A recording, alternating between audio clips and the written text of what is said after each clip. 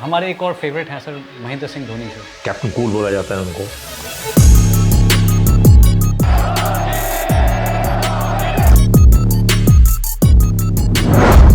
In fact आप जब colonel of the regiment थे, ही वॉज प्रेजेंटेड मरून बेरे सर। आप इस बात को बहुत ज़्यादा फेवर नहीं कर रहे थे सर। मैं फेवर में नहीं था, सच बात तो ये है। क्यों?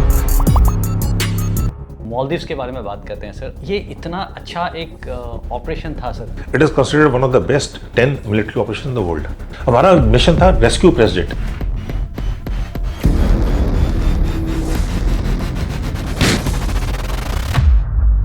अभी तक प्लान था कि हम जंप्स करेंगे सर। हाँ, जब कर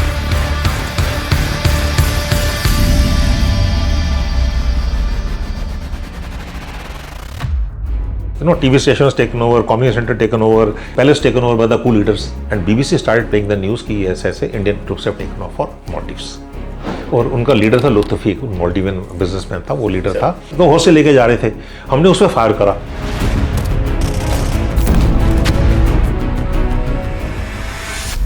थर्ड अप्रैल 1989 को टाइम मैगजीन ने कवर छापा था एक, India the next super power. आपने as a company commander along the line of control sir एक बहुत इंपॉर्टेंट पोस्ट एस्टैब्लिश किया था सर, बजरंग पोस्ट। 24 अक्टूबर को पाकिस्तान हमारे फायरिंग शुरू कर दी। एम्यूनिशन पूरा था हमारे पास, स्नाइपर्स थे हमारे ऊपर, रॉकेट लॉन्चर्स थे, हमने 42 राउंड्स आरसीएल के फायर करे। 5 साढ़े 5 बजे मतलब काफी तबाही मचाई हमने।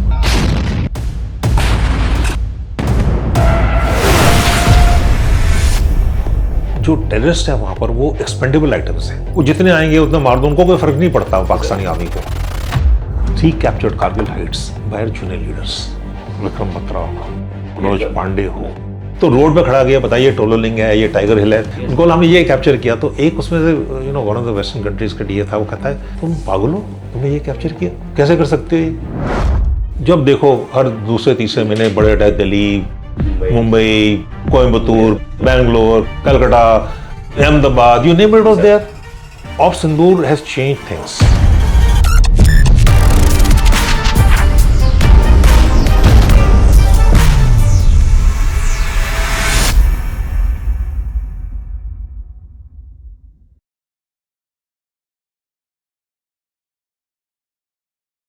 जय Hind and welcome to monks and warriors. आज के हमारी guest lieutenant general Vinod Bhatia, Param Vishisht सेवा मेडल, अति विशिष्ट सेवा मेडल और सेना मेडल, इंडियन आर्मी के फाइनेस्ट पैराट्रूपर में से एक और देश के सबसे अनुभवी ऑपरेशनल कमांडर्स में से एक। जनरल भाटिया ने 40 साल से अधिक समय तक भारतीय सेना की सेवा की और director general military operations DGMO के रूप में देश की military strategy, line of control, line of actual control और पाकिस्तान के साथ सीज फायर मैकेनिज्म जैसे बहुत महत्वपूर्ण क्षेत्रों की जिम्मेदारी संभाली। उन्होंने ऑपरेशन विजय, रक्षक, राइनो, फाल्कन, ऑर्चिड और ऑपरेशन कैक्टस जो मालदीव में हुआ था जैसे ऐतिहासिक ऑपरेशंस में महत्वपूर्ण भूमिका निभाई। मालदीव ऑपरेशन के बारे में सर ने डिटेल्स में बताया कि कैसे इंडियन पैरा यूनिट्स ने क्राइसिस में रिस्पॉन्स किया, कैसे वहां के प्रेसिडेंट को बचाया और किस तरह से इंटरनेशनल लेवल पर इंडिया और इंडियन आर्म फोर्सेस को प्रोजेक्शन और ग्लोरी मिली। मेरे लिए यह एपिसोड और भी खास है। जब सर लाइन ऑफ कंट्रोल पर डिविजनल कमांडर जीओसी थे, तब मैंने कंपनी कमांडर के रूप में उनको ऑपरेशनल ब्रीफिंग दी और कुछ साल बाद जब वो पैराशूट रेजिमेंट के कर्नल ऑफ द रेजिमेंट थे, तब उन्होंने मुझे मैरून बेरे पहनाई। एक पैराट्रूपर के लिए इससे बड़ा गौरव शायद ही कुछ हो। So let's without any delay come and join general Bhatia.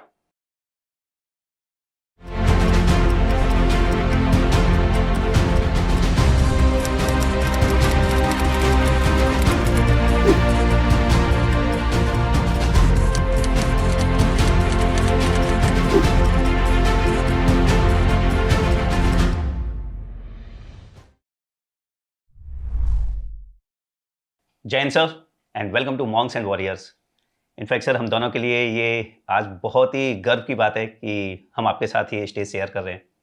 और मैं आपको सर 2008 से जानता हूँ। मैं 19 राजरिप में था, गुत्रिया कंपनी कमांडर था, केडीएल कंपनी थी सर, और आप जीओसी 25 डिप थे। मेरे को सीओ ने बताया कि GOC is coming and you will brief him. तो आई टुक द लिबर्टी सर, मैंने आपसे पूछा था कि सर आपको मैं व्यू पॉइंट से ब्रीफ करूँ या एलएमजी पोस्ट से, और आपने बोला था कि you are the man on this post, तो तू जहाँ से चाहता है वहाँ से ब्रीफ कर, और मैं आपको सर LMG पोस्ट के ऊपर लेकर गया था, यहाँ पर मैं और केवल आप ही खड़े हो सकते थे, and I brief you for 40 minute sir. उसके बाद I am also lucky sir कि मेरी मैरूनिंग आपने करी थी सर 2014 में, जब वो 23 पैरा में थे, और हम दोनों लकी हैं सर कि हम 6 पैरा के साथ लगभग 1 से 1.5 साल UN टेन्योर में साथ में थे sir. So welcome to monks and warrior sir. Thank you monks and warrior, बहुत अच्छा लगा आपसे बात करके। आप मेरे पुराने साथी हैं और अपने साथियों से बात करने में, वो भी कमांडोज, तो उससे बड़ी चीज़ होगी इसके मेरे लिए। आपने मुझे बुलाया, शुक्रिया। आपके जो व्यूअर्स हैं उनको बहुत मेरी शुभकामनाएं, थैंक यू वेरी मच। और मैं अच्छी तरह जानता हूँ दोनों को, हमने बहुत साथ नौकरी कर रखी है। आप सब बता मत दीजिएगा सर हमारे बारे में। नहीं, जो आप काम कर रहे हैं, जो फौज की जो आप छवि बना रहे हैं, बहुत अच्छी बना रहे हैं। Thank you. Thank you so thank much sir, it's an absolute honour कि आप हमारे से colonel of the regiment and also former DGMO of the country sir, huge privilege for us. तो बहुत सारी चीज़ें हैं सर आपके लिए, आपके साथ बात करने के लिए, मालदीव से लेकर के sir when you were DGMO, Chinese and so many more, पूरा हमारा लिस्ट बहुत लंबा है sir. But let's start sir कि आपका फौज में आना कैसा हुआ सर, व्हाट इंस्पायर्ड यू? आप हमारे लिए इंस्पिरेशन है सर, बट आपके लिए कैसे फौज में आना हुआ सर? देखिए, किस्मत बात होती है। हम काठमांडू में थे, मेरे फादर वहाँ पोस्टेड थे काठमांडू में। मैं क्लास 3rd या 4th में था, एग्जैक्टली मुझे याद नहीं है। तो हमारे घर के पास मिलिट्री मिशन हुआ करती थी, तो बाहर खेलते थे, मतलब तब इतना ट्रैफिक होता, बच्चे बाहर खेल सकते थे। तो वहाँ पर एक कार जा रही थी, ब्लैक कार, उसके आगे झंडा लगा हुआ था, और मैंने फौजी को सलूट करते हैं, सब करते हैं, आज भी करते हैं, एंड इज़्ज़त तो करती हैं। तो मैंने देखा, मैंने जो भी मुझे सलूट का मतलब समय सलूट कर दिया।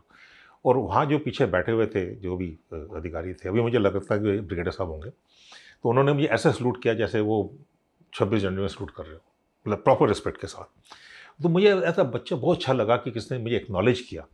देखिए, और मैं वापस आया, मैंने अपने पेरेंट्स को बोला मैं आर्मी ज्वाइन करूँगा। उन्होंने बोला हाँ ठीक है, पढ़ता पढ़ता वैसे नहीं, तो आर्मी ज्वाइन कर लेना। तो उन्होंने सोचा बात खत्म हो गई, बट बात खत्म वहाँ हुई नहीं हुई। उसके बाद खत्म, वहाँ से वापस आए, और मैं उधर मदर्स इंटरनेशनल पढ़ रहा था। तो मैं फॉर्म देखा सैनिक स्कूल का, मैंने अपने फादर को बोला भर दो, कहते तू पास नहीं हो सकता, ये तो कॉम्पिटिटिव एग्जाम है। मैं कहा फॉर्म भर दो, 10 रुपये का तो फॉर्म है सिर्फ। तो उन्होंने फॉर्म भर दिया, और लक था 8th क्लास है, joint Sainik school, there no looking back. उसके बाद तो बस सीधा लग गया ट्रेन। 4 साल ट्रेनिंग करी, 3 साल स्कूल में, 4 साल NDI में, और 40 साल नौकरी करी। एक दिन का रिग्रेट नहीं है मुझे। I am proud of every moment spend, and I served the best. आप लोगों के साथ में नौकरी करी, the best, rather better than the best. And sir 6 para में किस तरह से? सर उससे पहले if I can take the liberty, wow sir, मतलब such a small gesture by brigadier साहब कि आपका सैल्यूट रिटर्न किया है, and it gave the country a DGMO, मतलब दिस इज़ ह्यूज। तो मैं सीरियसली सर, मैं सबको, मतलब ऑडियंस में भी है, I don't want to miss that lesson कि आपके स्मॉल जेस्चर से you can actually do so much for a country sir, and change, make it, bring a change. बिल्कुल ठीक बोल रहे हैं, बिल्कुल। खासतौर से यूथ को, बच्चों को, जैसा कि कभी बुलाते हैं स्कूल्स में, कॉलेजेस में, यूनिवर्सिटी में, कभी मना नहीं करता हूँ, हमेशा चाहता हूँ। एंड मतलब इट इज़ समथिंग कि एक ऋण है मेरे ऊपर, एक डेट है कि मुझे वापस करना है वो। आप बिल्कुल ठीक बोल रहे हैं। आई थिंक हमको इन्वेस्ट करना चाहिए अपने यूथ पे, अपने बच्चों पे। We are a great country, we have to become greater. तो ग्रेटर तभी होंगे जब हम अपने यूथ पे इन्वेस्ट करेंगे। Sir coming back to my question sir, कि 6 पैरा में किस तरह से शुरुआत हुई सर? देखिए, ये वो बड़ी, मैं डरपोक हूँ, मैं बहुत डरपोक था। मुझे हाइट से डर लगता था। ओह सर, बहुत डर लगता था। पैराट्रूपर्स। हाँ, बहुत डर लगता था, बहुत। आप मानेंगे नहीं, कई बार सर ने फ्रैक्चर भी कराए हुए हैं। आप माने, हाँ वो अलग बात है। आप मानेंगे नहीं, काठमांडू में हिल्स हैं, हम कहीं जाते थे तो मैं जीप में नीचे छुप जाता था, मैं बाहर नहीं देख सकता क्योंकि हाइट होती थी वहाँ पर। NDA गए तो वहाँ 7 मीटर से जंप करने में डरता था मैं। लेकिन मैंने एक बुक पढ़ी वहाँ पर, तो उस टाइम पर लास्ट बैटल, रैन कॉर्नर्स बुक है, वो D-Day ऑपरेशन ना, ठीक है, नॉर्मंडी ऑपरेशंस, लास्ट बैटल है। तो मैं वो किताब पढ़ी, तो अपने मेरे कोर्समेट्स थे, तो उनको मैंने बोला, मैं कहा मैं पैरा ज्वाइन करूँगा। तो उन्होंने बोला पागल है, पैरा ज्वाइन करूँगा। And that was 3rd term की बात कर रहा हूँ मैं, 1971 की बात है। और फिर उसी के साथ तंगेल ड्रॉप हो गया। यस सर, 2 पैरा का तंगेल ड्रॉप हुआ, तो हम NDA में थे। 11 दिसंबर की बात है, हमारे 13 दिसंबर तक कोर्स चलता है, उसके बाद छोटी है। सर तो मैंने कहा यार ये तो मतलब कुछ करना है ज़िंदगी में तो यही करना है। तो तब से मैं डिसाइड किया पैरा ज्वाइन करना है। और IMA में 4 टर्म में, IMA तो मतलब ये कहना नहीं चाहिए, लेकिन मैं पूरे 4 टर्म में शाम को जब डाइनिंग हॉल जाते थे, यहाँ पर तब 4 टर्म होती थी, अब 3 टर्म्स होती हैं, तो मैं मैरून बेरे पहन के जाता था। कैसे? पंगे लेते थे। अच्छा लगता था। I can't imagine, sir. सब कहते थे ये विनोद भाटिया मैरून बेरे पहन के जा रहा है, पैरा में जाएगा। तो I joined the para, we 14 hours, we joined only 5 were selected out of 14. Sir. So that's what it is. वाह sir, what an inspirational story. Sir सीधा पहले सर एकदम मालदीव्स के बारे में बात करते हैं सर। आप तब पैरा ब्रिगेड के BM थे sir when the Maldives operation happened, and ये इतना अच्छा एक ऑपरेशन था सर, फोर्स प्रोजेक्शन था इंडिया के लिए। This has not been covered too well. So हम आपसे जानना चाहेंगे सर कि आपके लिए ये स्टोरी कैसे अनफोल्ड हुई सर? देखिए जो मालदीव्स ऑपरेशन था ना, कभी इसको इतना रिकग्निशन नहीं मिला है, ऑनेस्टली बता रहा हूँ। क्यों नहीं मिला, इसके कई कारण हैं। उस टाइम पे हम बिजी थे, और मैं बताऊंगा आपको कहानी, तो आपको मतलब हमें बोला कि तुम्हारी कैजुअलिटी नहीं हुई इसलिए ऑपरेशन में क्या, मैं ठीक बात कर रहा हूँ। मतलब एक उस टाइम पे किसने बोला ये, तो हमारे ब्रिगेड कमांडर थे brigadier Balsara, great man, I think one of the greatest paratroopers ever. I am talking of great people like general Inder Gill and yes general Tirath Oberoi, general Ranjit Dayal, general Mathew Thomas, जो हमारे जनरल भगवती सिंह IC1, तो वो भी एक ग्रेट लीडर थे। तो उन्होंने पता है क्या बोला उस जनरल साहब को, कहते हैं ये मेरे BM के सामने मत बोलना, क्योंकि वो पीटने पाटने को तैयार हो जाएगा। आपके बारे में सर? मेरे बारे में। तो उन्होंने क्यों कहते हैं वो कैजुअलिटी करनी थी, मैंने उनको बोला पहले बता देते हम कितने मार देते, मारने में थोड़ी जाता है कुछ, but the aim is that mission accomplishment जो है बिना कैजुअलिटी किया, चाहे हमारी हो चाहे कोलेटरल डैमेज हो। Yes sir. आज इतने साल हो गए, 1988 के बाद 3 नवंबर की, मैं आपको छोटा सा टाइम लूँगा इसमें, बिकॉज ये एक चीज़ बताऊँ, उस मालदीव ऑपरेशन की रिकग्निशन वर्ल्ड में मिली हमको। It is considered one of the best 10 military operation in the world. इसमें बहुत सारे आर्टिकल लिखे गए, किताब भी लिखी गई है इसमें। It is included, like Entebbe raid था, एंतेबे रेड को 50 साल हो गए ना अभी, 2 दिन पहले 50 साल में 50 ईयर्स, ठीक है ना। तो उस लेवल में माना जाता है ये लोगों से, हम उससे रिकग्नाइज नहीं करते हैं, बिकॉज हमारा थोड़ा माइंडसेट थोड़ा अलग है। तो 3 नवंबर की बात है, मैं BM था ब्रिगेड का, और पहली बारी देखो हमारी लक ही ऐसा है, जब इंस्पेक्शन होती थी ना, हम यूनिट में होते थे, मैं ब्रिगेड ज्वाइन करी तो फॉर्मेशन के इंस्पेक्शन शुरू हो गई। 3 नवंबर में बुक इंस्पेक्शन थी हमारी, तो मैं सुबह 8 बजे पहुंचा ऑफिस में। मैंने कहा बुक इंस्पेक्शन है, देखते हैं। तो अराउंड 9-9:30 देन ब्रिगेडियर मलिक, जो हमारे पुराने चीफ हैं, जनरल VP मलिक, उनका कॉल आया मुझे, और उन्होंने मुझे ऐसा है कि B prepared for operations in island territory ना। उस टाइम पे 88 में आइलैंड टेरिटरी एक ही होती थी, श्रीलंका सर। भाई सभी श्रीलंका में थे, हम भी 2 बारी श्रीलंका हुआ आए थे, वापस आए थे, रेकी करने के लिए गए थे। तो श्रीलंका के बियॉन्ड तो सोच नहीं सकते थे। तो उन्होंने बोला be prepared for operation island territory and तैयार रहो, and commander and 1 staff officer to come to Delhi for briefing. ठीक है, मैंने कैंप को बता दिया, गाड़ी वाड़ी तैयार रखेंगे, चले जाएंगे। Commander was not in the office, brigadier Balsara. कितने ट्रूप्स वगैरह कुछ, anything, no situation, nothing, first indication this on 9 o'clock। तो commander had gone to ATSS, आपको पता है आगरा में, तो वो विजिट कर रहे थे। तो वो वैसे ही घूमते रहते थे, मतलब in the sense he was a field commander, ठीक है, फील्ड कमांडर। ऑफिस में बहुत कम बैठते थे, और जब बैठते थे पूरी फाइल क्लियर करते थे। तो मैंने कुछ नहीं किया उसे, मैं गाड़ी वाड़ी तैयार करवा दी, मैंने कहा चले जाएंगे, जब आएंगे वापस तो दोपहर को चले जाएंगे, शाम तक पहुँच जाएंगे। फिर अराउंड 10:15, 10:20 के पास कॉल आया फिर से। उस टाइम पे दूसरे वाले फ़ोन होते थे ना, बार एक्सचेंज वाले। तो मैंने फ़ोन उठाया, तो उन्होंने बोला दिल्ली से MO से कॉल है। मैंने कहा ठीक है, बात करो। तो वहाँ उन्होंने बोला vice chief army staff speaking. तो मैंने कहा वाइस चीफ थोड़ी बात करते हैं BM से, स्टाफ ऑफिसर होगा और पैरा जैकेट मांग रहा होगा, सर्दी आ रही है।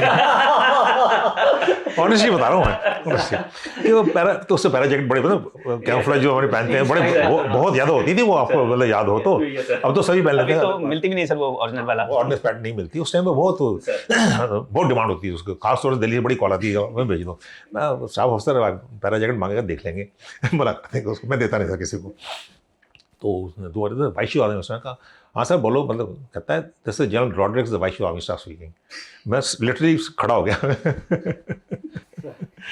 तो उन्होंने फिर मुझे बताया कि ऐसे ऐसे है कि brigade to move to Maldives, वहाँ पर कू हो गया है एंड 12:30 बजे आप एम्प्लेन करके टेक ऑफ करेंगे 12:30 बजे।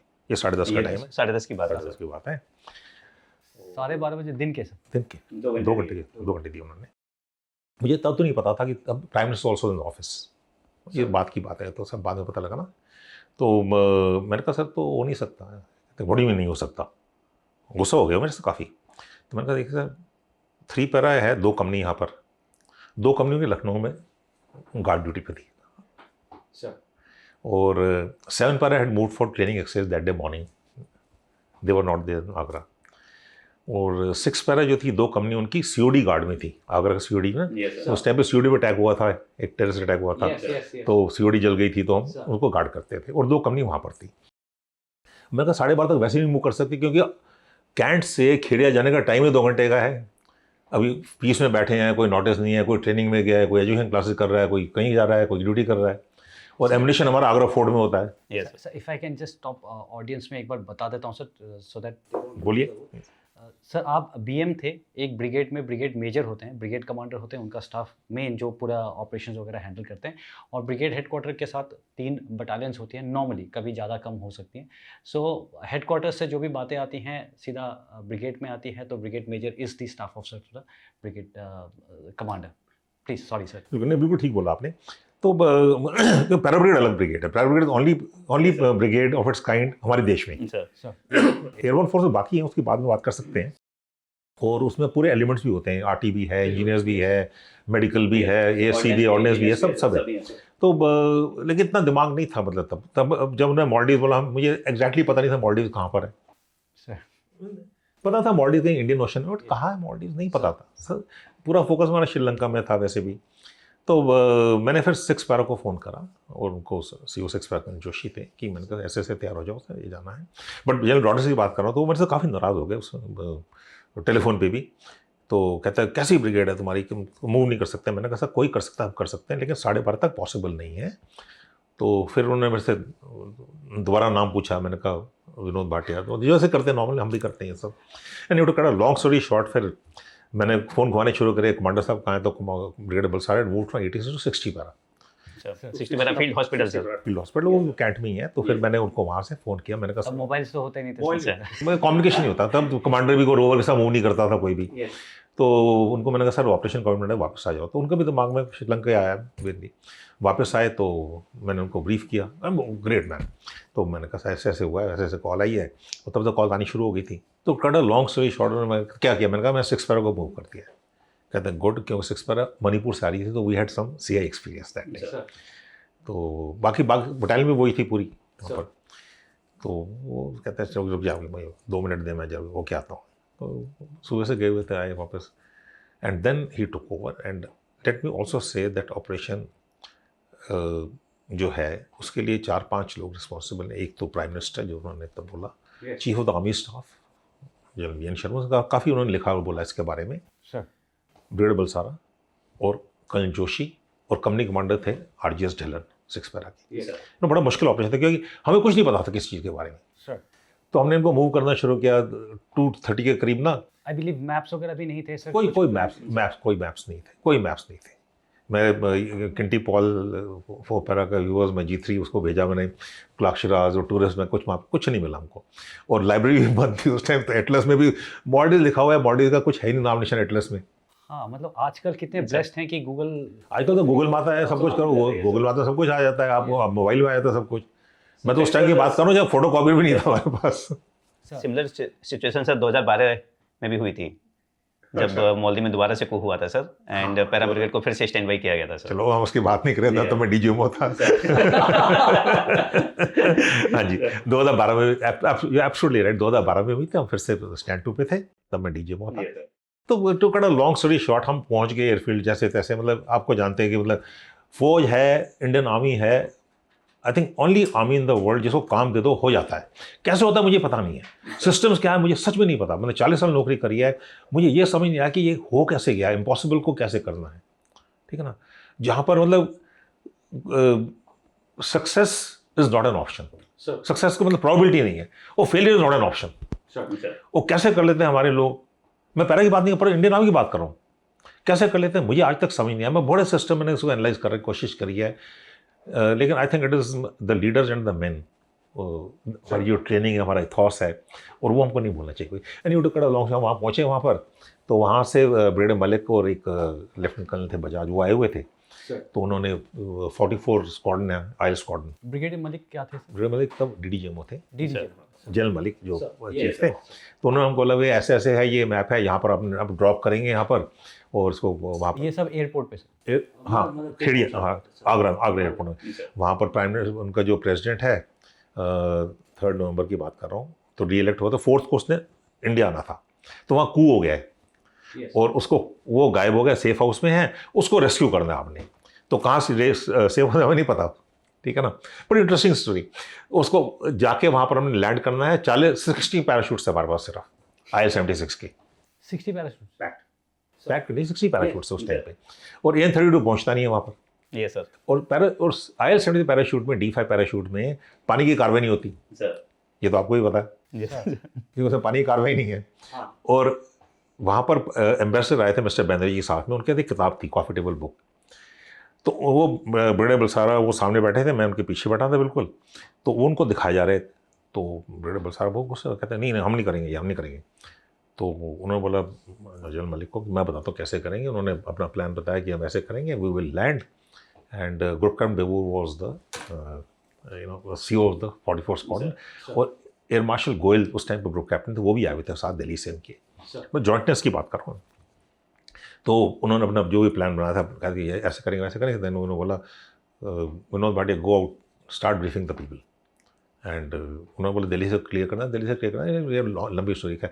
यानी 2 एयरक्राफ्ट थे वहाँ पर, 2 IL-76, एक में डेक थी, वो पैराजम्प के लिए नहीं होता ना, डेक होती नहीं जिसमें बैठने के लिए होते हैं, एक में पैराजम्प्स के लिए था। तो हमने जो एयरक्राफ्ट पैराजम्प्स के लिए था ना, उसमें 6 पैरा की कंपनी डाल दी, 2 कंपनी। अभी तक प्लान था कि हम जंप्स करेंगे सर? हाँ जंप करेंगे, ओनली 60 मैन, लेकिन 60, लेकिन कंपनी पूरी 2 कंपनी डाल दी, 173 ट्रूप्स थे उस एयरक्राफ्ट में टोटल, 6 पैरा के और ब्रिगेड क्वार्टर के, मतलब ब्रिगेड क्वार्टर मतलब ब्रिगेड कमांडर और उसका पार्टी, मैं था, मैं G3 था और 2-3 और थे हमारे साथ, तो उसमें थे। और ऑल्टरनेट हेड को उसमें एयरक्राफ्ट में 3 पैरा की कंपनी थी, जन Ghai was the company commander, और कल KK सिंह जो CO 17 पैरा थे, ऑल्टरनेट हेडक्वार्टर वो लेके आ रहे थे उसमें, और एक G3 उसमें था। तो जब वहाँ से चले तो जो मेन एयरक्राफ्ट था उन्होंने वो कर दिया उसको, फिर उनको लेके आए एयरक्राफ्ट, भाई वो नहीं जाएगी, पहले ये स्पिरिट तो ये है हमारी तो ये कन्फ्यूजन चल रहा है। Anyway we took off at around 5 o'clock। कितना टाइम था सर हमारे पास? हम 5 बजे करीब टेक ऑफ किए, 12 बजे का सर, 5 बजे हुए।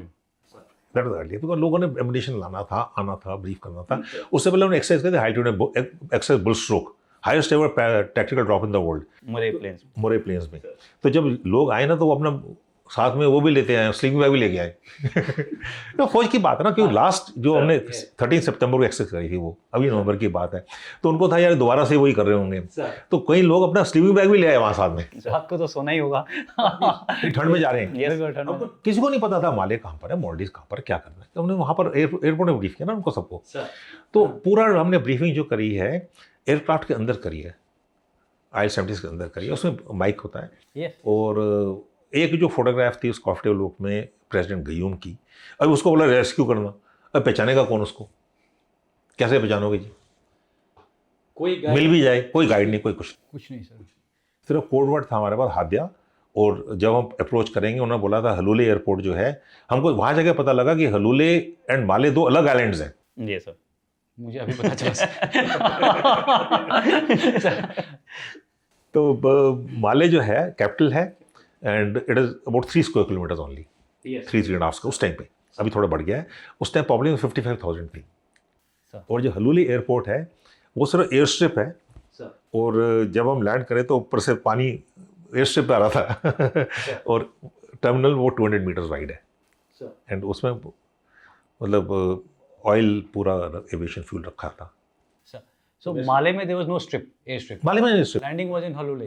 सर तो हलूले से माले जाना, वो भी 6 पैरा के जानते, नॉर्थ इंडियन ट्रूप्स हैं, स्विमिंग आती नहीं आती किसी को तो अभी आपका प्लान क्या था सर, मतलब आप लोग क्या सोच के जा रहे? देखिए ब्रिगेडियर बलसारा ने बोला, उन्होंने ब्रीफिंग करी कि ऐसे ऐसे हम जाएंगे and then will play it by the year.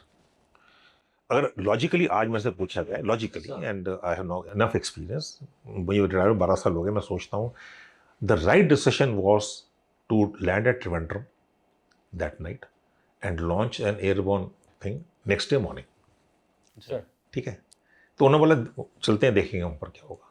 But if I may, sorry sir, but आपके एक्सपीरियंस का सर, टाइम भी कभी बहुत इंपॉर्टेंट फैक्टर प्ले अप कर जाता है, क्योंकि अगर हम रात भर रुक जाते तो शायद फ्लीटिंग अपॉर्चुनिटी जो होती है sir, I mean that is why you are special forces.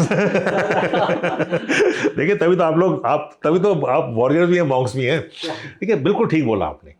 Mission जो है comes first always, you know, mission accomplishment comes first, but with mission accomplishment also the other responsibilities to a commander, जो मुझे उस time पे इतनी समझ नहीं थी, मैं सच बता रहा हूँ आपको। तो जब हम वहाँ से चले हैं, रास्ते में एक एयरक्राफ्ट ने, सिविल एयरक्राफ्ट था, उन्होंने पता भी किया तुम कहाँ जा रहे हो, and BBC started playing the news कि ऐसे ऐसे Indian troops have taken of for Maldives. Okay sir, that is the first indicator thing.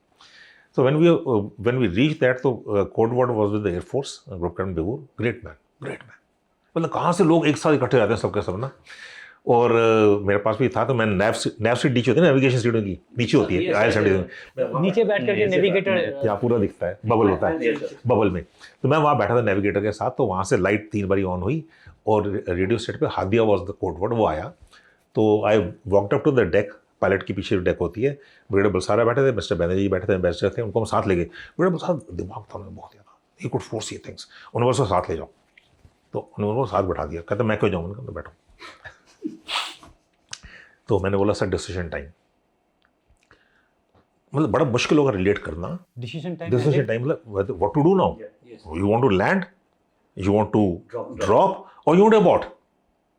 3 option थे ना, या तो लैंड करो ब्लाइंड एयर स्ट्रिप पे, या आप ड्रॉप करिए सबके सब समुद्र में जाएंगे, या आप अबॉर्ट करिए वापस ट्रिवेंड्रम आइए अगले दिन लॉन्च करिए।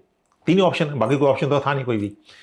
तो उन्होंने बोला we land, okay, and group captain Begur को बोला वी लैंड, ग्रुप कैप्टन बोला ओके सर, मतलब look at that man, greatness man, we landed on a unsecured air strip. वहाँ पर कोई सामने एक गाड़ी भी रख देता ना तो पूरा एयरक्राफ्ट, पूरा ऑपरेशन खत्म हो जाता। पता नहीं सर किस स्टेट में है, एयर डिफेंस क्या है, एयर डिफेंस था ही नहीं, ये भी नहीं पता था कि जो उसने कोडवर्ड दिया है वो किसने सर पर टी रखी हो, किसी ने बोले भाई तू कोडवर्ड दे दे, हमें कुछ नहीं पता था। But Fortune favours the brave, कहते हैं ना, मतलब हु डेयर्स विंस। सर ये कोड वर्ड किसने दिया था सर? कोडवर्ड हमें बढ़िया मलिक ने दिया था। सर नीचे कौन था सर, हमारा कोई रैप था या नहीं, कोई नहीं था वहाँ। MSC का कोई स्टाफ, मॉलडीव्स तब होते था, उनके MNDF होती थी उनकी, ठीक है ना, मॉलडीव नेशनल डिफेंस फोर्स, और पुलिस वगैरह सब मिला के होती थी। उनका एक लेफ्टिनेंट था वहाँ नीचे, उसने कोडवर्ड दिया था ATC में। He was aware that we are, so MNDF was supporting us sir. MNDF was supporting us, absolutely they were supporting themselves, हमें क्या सपोर्ट करना था वो तो वहाँ पर हमने लैंड करा, तो वो उतरे वहाँ पर, भागे। एक जहाज फर्स्ट एक second was 10 minutes behind sir, 10 minutes behind sir. तो वो सेकंड एयरक्राफ्ट में फिर वो जवान रनवे क्रॉस कर रहे हैं, वो लैंड कर रहा था। तो आपको पता है पायलट और पागल आदमी तो यही है। अब सिक्योर करना है उस तरह से जाएंगे ना, रनवे क्रॉस करेंगे, बट देन हमारी अवेयरनेस होती है ना, सिचुएशन अवेयरनेस हमारी, एयरक्राफ्ट आ रहा है तो कैसे क्लियर करना है, बट उसको नहीं पता, वो देख रहा है मूवमेंट रनवे पे। तो बट ग्रुप कैप्टन बेगूर ने जब लैंड करा, afterwards he came a lot of fire actually, कि आपने अनसिक्योर्ड एयरक्राफ्ट में क्यों लैंड किया, ठीक है ना। तो ये होता है फौज के तरीके। But heads off, sir, he had to take a call. He did. He take a call. Great man, and Brigadier Balsara, great man. You see, बाद में मुझे बोला उन्होंने, that was moment of truth, कि अगर कुछ हो जाता तो not only those 173 men plus the crew, but India would cut a sorry figure in the international community. Yes sir. हमारा क्या हाल होता बताइए पूरी दुनिया का, कि हमने किया क्या है। और कोई वहाँ पर, मैं तो कहता 2 साइकिल रख देता। Yes. एक जीप, गाड़ियाँ तो थी वहाँ पर, एक फायर टेंडर, कुछ भी रख सकते थे रास्ते में when we were landing। Sir यहीं पर आई विल इंटरफेयर कि जितनी मेरी नॉलेज है सर, कि मालदीव ने इंडिया को सबसे बाद में अप्रोच किया था। इनफैक्ट मालदीव को लगा कि शायद इंडिया हेल्प कर ही नहीं पाएगी, तो सबसे पहले उन्होंने US को, UK को और बाकी कुछ अलग जो कंट्रीज थी जो लगता था कि ज़्यादा मजबूत हैं, उनकी फौज ज़्यादा एडवांस है, उनको अप्रोच किया था हेल्प के लिए? बिल्कुल ठीक बोल रहे हैं आप। सबसे पहले यूएसए से पूछा था और यूएसए ने मना कर दिया क्योंकि 3 नवंबर 1988 है, उनका इलेक्शन 8 नवंबर को थे। अच्छा, तो वैसे उन्होंने मना कर दिया क्योंकि क्लोजेस्ट तो वो था ना दिगोगाशिया में, उनकी बेस है वहाँ पर। उन्होंने फिर सोवियत यूनियन से पूछा, उसने सोवियत यूनियन थी, करेक्ट सर। सोवियत यूनियन ने भी मना कर दिया उनको कि हम अभी नहीं कर सकते। उन्होंने पाकिस्तान से पूछा उन्होंने, सर ठीक है, पाकिस्तान ने भी मना कर दिया उनको। We are the fourth choice, fourth and last choice. जो हमें पूछा गया तो इंडिया ने बोला ठीक है हम करेंगे इसको, ठीक है ना। तो हमें ये जब बोला गया सुबह, मतलब ये उन्होंने यहीं आना था, एम्बेसडर यहीं थे, और हमको बोला गया आप मूव कर दिए और हमने करा वो। तो दुनिया को विश्वास नहीं हमने कैसे किया ये। और मैं आपको एक और चीज़ बता रहा हूँ, ये 3 नवंबर रात की बात है। 4th आफ्टरनून, लेट आफ्टरनून में मुझे मैसेज आया जो यूएस से, यूएस के उसके जो उनका एक बैटल ग्रुप था, they started taking off from Diego Garcia. उन्होंने बोला कि हम मॉल्डीव तरफ आ रहे हैं और हम रात को पहुंच जाएंगे, लैंड करेंगे। तो मैं क्या करूं, मुझे तो नहीं पता था, मतलब मेरे साहब था, मैं मुझे क्या पता दुनिया में, मुझे मारना दांडना आता है, बाकी क्या आता है। तो मैंने कमांडर साहब से पूछा, मैं मन को वो तब माले पहुँच गए, तो मैं हलूले में था बेस में। मैंने ऐसे ऐसे मैसेज आया यूएस का कि 2 उनके, एक LPH और 2 बैटल क्रूजर्स उनके यहाँ आ रहे हैं, क्या करना है। तो मैंने किसी एमओ को नहीं बताया। उन्होंने बोला उनको बोलो कि आपकी ज़रूरत नहीं है। कहते his first words were they are trigger happy troops, the very small space in Male, अगर वो लैंड करेंगे तो गदर हो जाएगा। देखिए सर करेक्ट तो बहुत छोटी जगह है माली, आप मान नहीं सकते कितनी छोटी जगह है, सर। बहुत छोटी जगह है वो। तो उनको मना कर दो, उनको बोलो वहीं रहेंगे और हम जरूरत है उनको बुला लेंगे। तो ये कन्वर्सेशन हुई थी। तो मतलब उनके, देखिए हम जब पहुंच चुके हैं उसके 24 घंटे के बाद वो अभी आने को तैयार हो रहे हैं। हमने पूरे 16 घंटे लिए from the first indication of operation till completion of rescue of the president at 2:10 in the morning. वाह सर। ठीक है, 16 घंटे लगे हमको सिर्फ। 10 o'clock से लेके चलो सुबह, और रात के 2:10 में हमने प्रेसिडेंट रेस्क्यू कर लिया। इस बीच में कोई रेजिस्टेंस सर किसी तरह का? रेजिस्टेंस बहुत था, लोग कहते हैं नहीं था, बहुत रेजिस्टेंस था। जब वहाँ पर गए तो लैंड किया तो फायरिंग चल रही थी माले में, पूरे बोट सीधा फायरिंग हुई, वहाँ फायरिंग चल रही थी वहाँ पर। और यहाँ से बोट्स वहाँ पर लगी हुई थी। हाँ, पहले तो आप लोग सर दोनों एयरक्राफ्ट लैंड हो गए, पहले आप लोग के ऊपर यहाँ पे कोई फायरिंग वगैरह? पहले एयरक्राफ्ट लैंड हुआ, कोई फायरिंग नहीं थी हलूले में, फायरिंग माले में चल रही थी पूरी। हलूले वॉज नॉट सिक्योर्ड। कितना दूर sir, can you here? About a kilometer so। So you could hear the firing? आवाज आ रही होगी। बाकी कुछ नहीं, बाकी सी है ना बीच में, तो दिख रहा था पूरा, मतलब फायरिंग की आवाज़ भी आ रही, दिख भी रहा था। रात को 1 किलोमीटर से कम है, कुछ नहीं होता मतलब। तो अभी ब्रिज भी नहीं थी ना, तो we had to use boats. तो बड़ा इंटरेस्टिंग था वहाँ। तो हम लैंड किया, फिर सेकंड एयरक्राफ्ट आया, तो हमको बोला गया था Delta company to secure the airfield and Charlie company to launch the operation. और वहाँ पर हम गए, ग्रेड साहब किसी से कुछ नहीं पूछा कि क्या करना है, BM साहब बताओ इंटर क्या है, ये है वो है। उसने जो सेकंड लेफ्टिनेंट वो बोला कि प्रेसिडेंट का फ़ोन आ रहा है। तो उन्होंने बात करी प्रेसिडेंट से, उन्होंने बोला भाई ऐसा है तुम जल्दी आ जाओ, नहीं तो हम तो मतलब I am surrounded, I will. हमारा मिशन था रेस्क्यू प्रेसिडेंट, मतलब that was the mission given to us, nothing else. ठीक है। तो 6 पैरा कंपनी लॉन्च की, ब्रिगेडियर मेजर ढिलन थे उस टाइम पे कंपनी कमांडर। कल जोशी गए और वो बोट्स थे, उन्होंने कैसे बोट चलाई, इंजीनियर साथ थे हमारे, वो ले गए। बोट्स मिल गए थे हमें वहीं पे? बोट्स वहाँ पार्क थी आइलैंड में, यस। तो उन्हीं को ले ले, वो जो भी सिविल बोट्स थी उसी में गए। उन्होंने प्लान बनाया कि गो फ्रॉम, पीछे से जाओगे वहाँ पर आप लैंड करोगे, और वहाँ पर जैसे मतलब RJ ने वहाँ किसी को पकड़ा, एक साइकिल में जा रहा था कोई, वो किसी के घर ले गया, वो किसी के घर ले गया, वो कहता यहाँ प्रेसिडेंट है, वहाँ प्रेसिडेंट मिला। जब प्रेसिडेंट मिला तो कल जोशी और तब ब्रिगेडियर साहब ने ये बोला, उन्होंने बड़े देखो, उन्होंने बोला विनोद अब प्रेसिडेंट मिल गया ना, उसको कुछ नहीं होना चाहिए, क्योंकि अगर हमने उसको अभी रेस्क्यू कर लिया है, उसको कुछ हो जाता है अभी तो जिम्मेवारी हमारी है। उससे पहले कुछ होता तो हमारे पहुंचने से पहले हो गया ना। तो हमने उसको बॉडी प्रोटेक्शन दी और हमने बोला भी तुमको हम दिल्ली ले आएंगे। तो उसने बोला हम दिल्ली नहीं जाऊँगा, मैं पॉलिटिशियन, ठीक है। उसको पता है चल दिल्ली चलेगा तो बॉडी खत्म, प्रेसिडेंट खत्म हो गया। कहता है, हमने कहा हमारा हुक्म है, कहता है मुझे प्राइम मिनिस्टर से बात कराओ। प्राइम मिनिस्टर से बात कराओ, कौन सा मोबाइल होता था, तो उन्हें कहाँ से बात करा देंगे, because his TV station taken over, community centre taken over, MNDF headquarter taken over, palace taken over by the coup leaders Lutfi and party.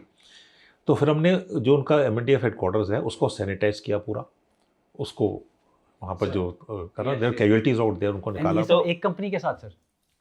नहीं, 2 कंपनी बिल्डअप हुई थी ना तब। Sir okay. डेल्टा कंपनी चली गई थी। डेल्टा कंपनी ने and कोई फायर फाइट हुआ सर और इसमें? वहाँ से देखिए कैप्टन पुनेकर हैं थ्रीपैरा के, तो थ्रीपैरा कंपनी वहाँ पर थी जेटी पे, दैट टाइम मेजर जनरल गई के नीचे, उन्होंने डाइवर्जन लॉन्च किया, हम सीधे जा रहे हैं, ठीक है। और यहाँ से मेन जो हमारे जो फोर्स थी पीछे से गई। ओके सर सर, बिकॉज हाँ सर, पानी में अप्रोच करना it's very risky, very risky, क्योंकि आप बिल्कुल ओपन में आप छुप वेरी नहीं रिस्की, सकते। Very risky. उन्होंने यहाँ से फायरिंग करते हुए अप्रोच करा कि हम यहाँ से आ रहे हैं, और सामने उनका MNDF हेडक्वार्टर सामने है, बिल्कुल जेटी के सामने, और उसमें और उसके साथ पैलेस है, उनके साथ उनका ऑफिसेस है, लेकिन गए पीछे से। जो सिक्स पैरा की कंपनी थी वो पीछे से गई, सर ठीक है। और बस यहाँ पर और इतने में ना मैसेज आया वहाँ से कि शिप में उनको वो ले आ रहे हैं, हॉस्टेज ले आ रहे हैं, ठीक है। तो हॉस्टेज लेके जा रहे थे, हमने उस पर फायर करा शिप पर। MV प्रोग्रेस लाइट शिप थी, 5000 टनर शिप थी वो, इंडियन शिप है, MV progress light, merchant vessel progress light, उस पर फायर किया हमने, लेकिन वो निकल गई शिप। और जब वो शिप निकल रही थी तो कमांडर की जीप थी वहाँ पर, तो कल के सिंह थे RT के, वो बैठे, मैं पीछे बैठा, और हमने वहाँ पर जाना शुरू करा उस तरफ को, जहाँ से शिप जा रही था पीछे वो, वहाँ पर भी डेल्टा कंपनी के लोग थे। अभी डेल्टा कंपनी सिक्स पैरा की थी, मैं जब भी ऑपरेशन हुए या फायरिंग हुए जहाँ भी, मैं हमेशा डेल्टा कंपनी फंस जाता था। तो जब सामने लाइट पड़ी, वहाँ पर एक हवलदार था सतबीर, वो उसने अपनी स्टेन कॉक कर ली फायर करने के लिए, उसको क्या पता हमारे। तो फॉर्चुनेटली रिकग्नाइज नेम है, उसको चलाया उस पर, तो उसने फिर रोका उसने। तो ये छोटी छोटी चीज़ें हैं ये। तो I suppose we are lucky also, we are very lucky, God was with us, like you said sir, fortune favours the fortune favours the brave. तो अच्छा था। तो ये बड़ी सारी चीज़ें वहाँ पर हुई हैं। तो but we to cut a long story short, वो उसने फिर 4 बजे करीब प्राइम मिनिस्टर से बात, 4:15 बजे प्रेसिडेंट गयूर ने प्राइम मिनिस्टर से बात करी दिल्ली में। फिर हमको बोला गया कि your job is now to restore normalcy in Maldives. Mission change sir. Mission change हो गया था। तो कितना टाइम रही सर सिक्स पैरा वहाँ पर? 6 पर 1 साल रही। सर हम वापस आ गए 17 नवंबर को ब्रिगेड क्वार्टर। बाकी डी इंडक्शन 5th को शुरू कर दिया हमने, 5 नवंबर को। 3rd को रात को ऑपरेशन किया, 4th वहाँ पर है, 4th को आर्मी कमांडर और AOC आए थे वहाँ पर, और 5th को हम बोले डी इंडक्शन शुरू कर दो, हमने 5th को डी इंडक्शन शुरू कर दिया वहाँ से। बट हमने by 4th morning we had inducted the complete brigade. ओ 1800 troops, 23 tons of ammunition. So 6 para, 7 para and 3 para sir. 3 para, 6 para, 7 para, RT पूरी, सिग्नल्स पूरी, and signals we are through to Agra on our set, signal company ने कर रखा था। वहाँ पर एक IL-76 पूरा कम्युनिकेशन इक्विपमेंट लेके आया, लेकिन हम ऑलरेडी थ्रू थे सबसे। तो that is that dream. Sir in fact Entebbe जब ऑपरेशन हुआ था उसमें तो इतनी सारे प्लानिंग में थे, महीनों का उनको टाइम था, पूरा एक एक चीज़। This you just went blind, पता ही नहीं क्या है नहीं है। टोटली ब्लाइंड ऑपरेशन था, but nothing succeeds like success. Yes तो अगर अभी देखा है तो मेरे रोंगटे खड़े हो रहे हैं याद करके क्या क्या गलत हो सकता था, क्या क्या what could have gone wrong. Everything could have gone wrong, but if nothing went wrong, everything went right. It was basically because of our men, the confidence they had in the leaders, कि उनको पता है यार ये है तो हम safe हैं, ये है तो हम कर लेंगे। हम गए वहाँ पर, पूरे ड्यूटी फ्री शॉप खाली थी, कोई सब भाग गए थे। एक ना BBC ने वीडियो लिया था उस टाइम पे, जो प्ले भी किया था उन्होंने, जो बैंक खुले हुए थे और हमारे ट्रुप्स ना वो बैंक खुले हुए हैं, उसको बंद कर रहे हैं और पैसे अंदर डाल रहे हैं। टेलर्स के पैसे रखो। सर पर्सनली सर, आप जब लैंड कर रहे थे उस शाम को, तो आपके ध्यान पे क्या था? What was your emotion? कोई इमोशन नहीं था, मतलब इमोशनल टाइम किसके पास था? ये वाज गो गो गो गो गो। मतलब देखिए, एक सोल्जर क्या चाहिए? ऑपरेशनल अपॉर्चुनिटी चाहिए उसको, हमको मिल रही थी ऑपरेशनल अपॉर्चुनिटी। मतलब हमने कुछ सोचा ही नहीं था कभी, मतलब ये था कि बस काम, अगर टास्क मिला तो उसको पूरा करना है। कभी सोचा नहीं था कि क्या होगा क्या नहीं होगा। ना हमारे पास जेब में पैसे थे, तब मैं सिगरेट पीता था। तो फॉर 3 days, आई ऑनेस्टली बता रहा हूँ, 3 days I did not have anything, सिर्फ चाय और सिगरेट। ना नहीं, बिकॉज पूरा कंट्रोल था, तो सोया नहीं था। वो मेजर हरकत के मतलब 4th डे DQ थे जनरल हरकत, वो आए, उनको मेरी हालत देखी, उन्होंने बोला विनोद जो थोड़ा रेस्ट कर लो, मैं आ गया, मैं संभालता हूँ। Look at that man. नहीं तो मॉलडीव आए हैं, सबसे छुट्टी हो रही है यहाँ पर, हमको बोला गया तुम तो वहाँ स्कॉच पी के आ गए। अरे कोच ने स्कॉच पिया, हमें चाय तो पीनी। माइंडसेट्स हैं। एंड सर अभी तक आई थिंक मालदीव उस चीज़ को याद करता है, बिकॉज सरफराज सर जब CEO थे तो दे इनवाइटेड हिम, जब भी उस इवेंट का शायद एनुअल फंक्शन करते हैं तो। मैं भी गया था एमओ से, सर एंड तब मैं डीडीएम स्पेशल ऑप्स था, सर और they treated me, the president going was the president, of course he didn't meet me, protocol didn't, but the way you know, जो दिल से और जो वैसे किया उन्होंने, जो राइट फ्रॉम द एयरक्राफ्ट से लेके वापस तक, मतलब they knew that I was in the operation. And sir एक बार ये ऑपरेशन का जो कल्मिनेशन था सर, वो कैसे हुआ? मतलब जो ये रेबल्स थे वो धीरे धीरे भाग गए या नहीं, अब वो अलग स्टोरी है। जो वहाँ पर थे वो तो हमने पकड़े, कुछ तो पकड़े हमने, कितने? टोटल अबाउट 67 थे। 67। हाँ, उनको हमने प्रेसिडेंट में डाला गमादू में, Gamadhoo president. All were armed sir, सब हथियार? No no, all are not armed, they were basically PLOTE members थे। प्लॉट था ना, people's liberation tiger Eelam, Sri Lankan, वो सपोर्ट कर, गोवा महेश्वरम वो सपोर्ट कर रहे थे कू को, और उनका लीडर था लुत्फी, मालदीवियन बिजनेसमैन था, वो लीडर था। और मजे की बात तो ये, जब ये शिप में गए ना, उसमें 26 से 27 मालदीवियन होस्टेजेस थे। तो वहाँ पर आईएनएस बेतवा आई, आईएनएस गोदावरी आई, और उन्होंने उनको फिर they destroyed the ship also with progress light. और फिर 8 नवंबर को me and commander flew to INS Godavari, and INS Godavari से हम अंदर लेके आए उनको, और हमने उनको hand over, officially hand over किया प्रेसिडेंट को। Captain Gopalachari was the captain of the ship, and brigadier Balsara और मैं स्टाफ ऑफिसर था साथ में। We flew there and then we brought the ship in harbour and we handed over the hostages to the president. और मजे की बात बताता हूँ आपको, एक छोटी सी, उसमें एक उनका टूरिज्म मिनिस्टर था, उसको भी उन्होंने, उसकी वाइफ को और उसके मदर इन लॉ को भी होस्टेज बना रखा था। उसकी mother in law was a Swiss lady, ठीक, वाइफ स्विस होगी उसकी। तो ये मुझे एडमिरल सुशील कुमार, जो पुराने चीफ नेवल स्टाफ थे, उनके मुँह से कहानी सुनी मैंने। ये he was DNO that time, director naval operations.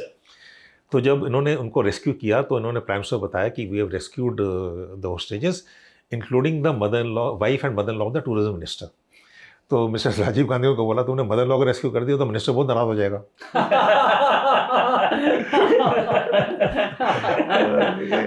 छोटी छोटी कहानियां हैं। तो सर, जितना हमारी नॉलेज है इंडियन आर्मी का या इंडियन आर्म फोर्सेस का, ये पहला ऑपरेशन था जो इंडिया से बाहर था, और हम किसी दूसरी कंट्री में जाकर हमने इस तरह का ऑपरेशन किया, एग्जीक्यूट किया, और सक्सेसफुल भी रहे। तो इसका कुछ आफ्टर इफेक्ट हुआ सर? हाँ जी, इसका आफ्टर इफेक्ट हुआ बहुत ज़्यादा, क्योंकि लोगों ने इसको देखना शुरू कर दिया, इंडिया को अलग नज़र देखना शुरू कर दिया। और 3 अप्रैल 1989 को टाइम मैगजीन ने कवर छापा था एक, India the next super power. Okay, the next super power, India rising the next super power, एक टाइम मैगजीन कवर में था। And it started off with you know कि मॉलडीव ऑपरेशन से उन्होंने कैसे आगरा से टेक ऑफ किया, IL-76 में कैसे किया, और पूरा, और इसमें जॉइंटनेस बहुत थी, आर्मी, एयरफोर्स, नेवी, हम तीनों ने एक साथ काम किया है। देखिए मतलब आज का हम जॉइंटनेस की बात करते हैं, इंटीग्रेशन बात करते हैं, बट वी नीड स्ट्रक्चर। ये नहीं कहता स्ट्रक्चर्स नहीं चाहिए, structure I am for that होना चाहिए। लेकिन उसके बाद वापस जब 17 नवंबर को आए, उसके बाद पैरा ब्रिगेड को रैपिड एक्शन फोर्स बनाया गया, पूरा ऑफिशियली बनाया गया कि आप इतने घंटे में इतना करेंगे, इतने घंटे में इतना करेंगे, and then we started training for that. एंड उससे पहले नहीं था सर? उससे पहले नहीं, वी और स्कूल स्टार्ट था, मतलब मैं तो बताता हूँ कुछ भी नहीं था हमारे पास, सर कुछ भी नहीं था, कोई पैराशूट्स तो थे नहीं, बंदे हमारे लिए नया है। हमने आपने नहीं देखा ना ये। बस जो हमने देखा है सर, वो वही है कि 2 घंटे में हम वहाँ पहुँच जाते हैं सर, एयरपोर्ट में सर। बहुत काम करना पड़ा हमको। And I remember army commando को हमने जो ब्रीफ किया तो उन्होंने बोला ठीक है ये करो पूरे। तब उसके बाद पूरे हमारे पास जितना आप इक्विपमेंट देखते हो, हैंगर्स देखते हो, जितने तातराज देखते हो, ये सब उसके बाद तो आए हैं, उसके पहले कुछ नहीं था हमारे पास।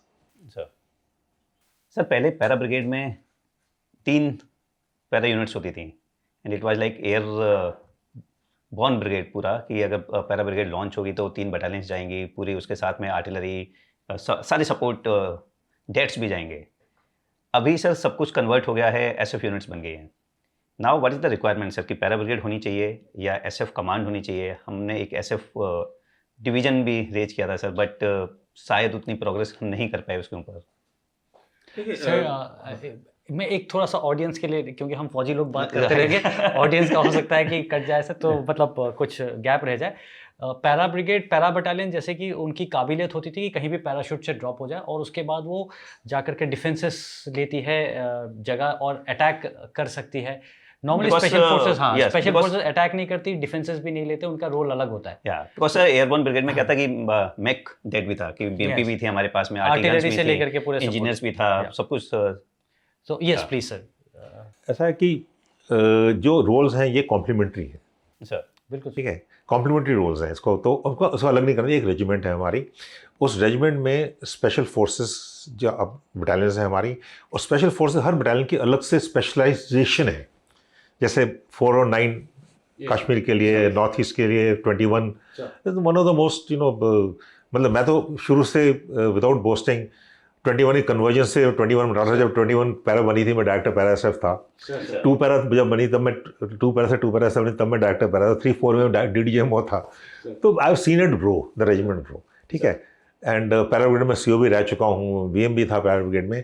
तो जो रिक्वायरमेंट्स हैं ये साथ में कॉम्प्लीमेंटरिटी है। We have to understand the overall picture की क्या चाहिए हमको, ओवरऑल पिक्चर। जो पैरा ब्रिगेड है that is MO troops, basically army headquarter reserve है, sir, army headquarter. Yes sir. Army headquarter reserve, ठीक है। They are the first responders for many things. जैसे अभी आप देखिए वेनेजुएला में हुआ, कौन गया, 60 पैरा गई है। Yes yes And anywhere where the first response is required, it is the para brigade which goes, because they're positioned based in Agra. Aircraft come there, they can. Just special forces battalions हैं, they have to function as a regiment, as a one, because they have their specialization. कल को हमें north east में जरूरत पड़ेगी तो 21 para है, दूसरी पैरा, मैं let me not name them, तो वहाँ पर ऐसा है, वैसे हुआ है। लेकिन अगर लड़ाई होती है वॉर टाइम में, आप देखें तो यू नीड स्टेइंग पावर, ठीक है। अगर जब एयरबोर्न ऑपरेशन लॉन्च होंगे, जैसे तंगेल में हुए थे, अगर देखिए the first troops to enter Dhaka was what, 2 para, first troops to enter Dhaka. उसके साथ आपने एसएफ मिला दिया, आपने, आपकी रीच कितनी बढ़ जाएगी। आपकी एक आपने बेस बना ली है, यस, और वहाँ से आपके स्पेशल ऑपरेशंस आपके जा रहे हैं to disturb the enemy, to delay the enemy troops, you know, to raid his headquarters, his communication centers, his air defense, just create chaos. कितना chaos होगा। तो हमारे एक्चुअली जो रिक्वायरमेंट है, नरेशन टास्क फोर्स बैठी थी 2012 में, तो उन्होंने रिकमेंड किया था special operations command, joint special operations command. वैसे ही उन्होंने रिकमेंड किया था एक साइबर कमांड और एक स्पेस कमांड। तो ये नहीं आई तब, लेकिन अभी हम इंटीग्रेट थिएटर जब बनाएंगे उनके लिए हमें ये स्पेशल कमांड चाहिए ही चाहिए। उसके बिना काम नहीं होगा, integrate theatre loan will not work. They have to have the support systems, the structure alongside. तो you need a joint special operation command जिसमें आपका एयरबोर्न है, आपका मरीन है, एम्फीबियस ब्रिगेड है, और क्योंकि आप देखिए Indian Ocean is important, West Asia में जो है वो बहुत इंपॉर्टेंट है हमारे लिए। लोग उसको मिडल ईस्ट बोलते हैं, मैं वेस्ट एशिया बोलता हूँ, और उसमें स्पेशल ऑपरेशंस भी है। और ये कीडन होंगे सीधा एट द हाईएस्ट हेडक्वार्टर्स, मतलब प्राइम मिनिस्टर, उसमें एमईए का रैप होगा, उसमें आपके इंटेलिजेंस के होंगे, उसका आपका फाइनेंस डिपार्टमेंट होगी, ट्रेनिंग डिपार्टमेंट हो गया आपके, प्रोक्योरमेंट वाले होंगे, क्योंकि स्पेशल इक्विपमेंट चाहिए। देखिए स्पेशल फोर्सेस की प्रॉब्लम क्या है, स्पेशल इक्विपमेंट चाहिए। स्पेशल इक्विपमेंट क्वांटिटी बहुत कम है, क्योंकि क्वांटिटी कम है हम उसको बनाते नहीं है, ठीक है। आपको सब बाहर से आता है, then you dependent on outside. So you need a procurement director where I can have one time buy direct the commander. Men आपको क्या चाहिए, ट्रेनिंग आपकी बहुत अच्छी है, you men are the best, you equipment are the best, you selection system are, मतलब जो हमारा पैरा प्रोफेशन है, पैरा मतलब आदमी को मार देता है वो। मतलब आप लोग कैसे सिलेक्ट हुए, अभी आज तक समझ नहीं आया मैं वो अलग बात है, मैंने आपकी बरूनिंग करी थी, मैं कैसे सिलेक्ट हुआ आज तक समझ नहीं आया वो। कि हमारे कोर्स से 14 ज्वाइन किया था, सिर्फ 5 सिलेक्ट हुए उसमें से, तो सिलेक्शन 20% है। तो when you are the best we have to give them the best. Where नहीं देंगे तो क्या बेस्ट रह गया फिर। तो हर एक चीज़ का आपस में जो है तो मिलके चलना है, एक साथ चलना है। And you may not employ everyone together, but you have to look at the strategic level contingencies. Not only that, it is a threatened being. आपके पास अभी मिडल ईस्ट देखिए, वेस्ट एशिया देखिए, जब ज़्यादा प्रॉब्लम हो गई तो कौन मूव किया उन्होंने, 82 एयरबोर्न डिवीजन की ब्रिगेड, और उन्हें MEU मरीन एक्सपेडिटरी फोर्स की यूनिट्स 11 and 13 दो मूव करी तैयार हुए। किसी को देख लो आप, Chinese have an airborne core. Yes sir, yes. Ukraine war में क्या हुआ, हुआ द फर्स्ट ऑन द 24 फरवरी जिन्होंने अटैक किया था वॉज एयरबोर्न, ठीक है। वो फेल हो गया, अलग बात है, हेलीबोर्न कर दिया एयरबोर्न की जगह, ठीक है, अफगानिस्तान में सबसे पहले काबुल को बरगा किसने एयरपोर्ट, तो you land there, you make a base and then you induct your special forces and you put them together, you work together and then you expand. So that is how it is. We're not going to the plans of it, but you need everyone. It is not that you need special force, you need infantry, you need armor, you need artillery. सब कुछ चाहिए ना. Basically काम क्या हमारा काम लड़ना नहीं है. Honestly, सब सोचते हैं ना फौज लड़ने के लिए, फौज लड़ने के लिए नहीं है जी. Let me be very very clear about it. फौज है to provide security, to ensure defense, ensure that no one attacks you. It is peace through preparedness. We are not here to fight wars. We are to ensure peace for our country. जब विकसित भारत बोलते हैं वो सुरक्षित भारत भी चाहिए. बिना सुरक्षित भारत के विकसित भारत नहीं है. अगर हमने लड़ाई शुरू कर दी तो इसका मतलब फेल हो गए हैं ऑलरेडी, क्योंकि देश तो पीछे हो जाएगा ना. अब लड़ाई जंग जीत जाएंगे आप, लेकिन देश तो पीछे हो गया 10 साल. So we have to invest in security. देखिए आप सोसाइटी में रहते हैं, आप सिक्योरिटी प्रोवाइड करते हैं ना, इन्वेस्ट करते हैं तो इन्वेस्ट करो. Purchase peace through preparedness, that's all I say. Sir बहुत सारी बातें हैं सर, इनफैक्ट इवन डीजीएमओ के आपके टेन्योर के और भी बातें हैं sir, but can we just go back a little sir. आपने as a company commander in along the line of control sir एक बहुत इंपॉर्टेंट पोस्ट एस्टैब्लिश किया था सर, बजरंग पोस्ट. वो story is very heartening again sir. मैंने नहीं किया, मेरे यूनिट ने किया था 6 पैरा में. मैं एक नुमाइंदा था वहाँ सिर्फ उस टाइम पे. I happen to at the right time I suppose. Delta company के साथ सर? हाँ डेल्टा कंपनी के साथ. सर डेल्टा कंपनी के साथ जब एसपी कंपनी कमांडर थे उनके, तो उसमें उनकी पाकिस्तान की पोस्ट एलसी पे 5108 is 5108 metres, which is about 17,000 feet. तो वो वहाँ से हमारे जो रोड है ना, जो द्रास ले रोड है, एक जगह खरबू, वहाँ फायर करते थे डायरेक्ट फायरिंग, और वहाँ से कॉर्नर रोक देते थे तुम्हारा. तब वो टाइम था सर जब एलसी पे फायरिंग काफ़ी होती थी सर. चलती थी फायरिंग. और तो 91 में हमें बोला गया कि वहाँ पर उनकी 5102 एक और पोस्ट 5299, बड़ा स्टीप सी बड़ी, और उसकी एक ही अप्रोच थी, और अप्रोच बिल्कुल पाकिस्तानी पोस्ट के नीचे निकलती थी. उनकी पोस्ट है ट्विन बम्स है, और 4005 था इनका वहाँ पर, उसके नीचे से जाती थी, वहाँ से चोर नाली से निकल के. तो हमको बोला वहाँ पोस्ट इस्टेब्लिश करो. तो मैं लंबी कहानी नहीं बताऊंगा, बट वो हमने पोस्ट एस्टैब्लिश 5299 पे साथ वी कैन डोमिनेट 5108. ओके, वहाँ से फायर, ताकि ये जब भी फायरिंग करे आप यहाँ से उनको मारे, ताकि वो डायरेक्ट फायर ना डाल सके. ठीक है, फिर वो जैसे टास्क चेंज होता है, बाद में चेंज करना टास्क की, उसको खाली करवाओ वो अलग बात है. वो भी करवा दी थी हमने. तो ये पोस्ट बनाने के लिए we work very hard. Actually we carried 43 tons on our back. 43 tons 43 ton. Defence store sir? Defence stores, habitat, rations, kerosene oil. देखिए हाइल्टूड में सर केरोसिन ऑयल चलता है, बाकी कुछ नहीं चलता. केरोसिन ऑयल खत्म तो आप मर गए. ठीक है, राशन खत्म हो जाए फिर केरोसिन ऑयल खत्म होना चाहिए. Kerosene oil is your life line actually. ठीक है, और एमुनिशन भी है, वेपन्स भी हैं. और हमने 106 मिलीमीटर आरसीएल होती है उस टाइम, रिकॉइललेस गन. और छोटी चीज़ बताता हूँ, जब हमने ट्रेनिंग करी ना, हमको था ये पूरे का नाम 106 mm आरसीएल. ये 219 किलो का हल्का फुल्का एंटी टैंक हथियार है. ओके, 219 किलो का हल्का फुल्का एंटी टैंक हथियार. इसको 3 आदमी आसानी से एक जगह दूसरी जगह ले जा सकते हैं. तो that is how the RCL classification start. We carried 2 106 RCL on top. My goodness sir. And उसको ले जाने का रास्ता नहीं था. अपनी हाइट पे लेके जाना ना. नहीं, हाइट पे लेके जाने देखिए 12 आदमी उठा रहे थे, और बोस ने करा, मैं सबसे आगे था उसके. आप खुद उठा रहे थे? नेचुरली, मतलब यस यस सर. सबसे जोखिम वाला काम तो ऑफिसर लीड करेगा ना. तो जब उसको लेके गए, अभी वो मैं बड़े खाने तो लोग बोलते हैं साहब आरसीएल ले गए थे, तो मैं उनको बोलता हूँ यार उठाई तो मैंने थोड़ा उठाई है. कहते आप सबसे आगे थे. अभी जब आरसीएल जब ऊपर जाएगी, वजन तो पीछे आएगा ना, मैं सिर्फ कंधा दे रहा था. लेकिन एक चीज़ बताऊँ मैं आपको, इतनी नैरो पाथ थी, 6 आदमी इस तरफ, 6 आदमी इस तरफ, ऑल्टरनेट ना, और एक आदमी स्लिप करेगा तो 12 के 12 आदमी नीचे आएंगे. तो दैट रिस्क वॉज देयर.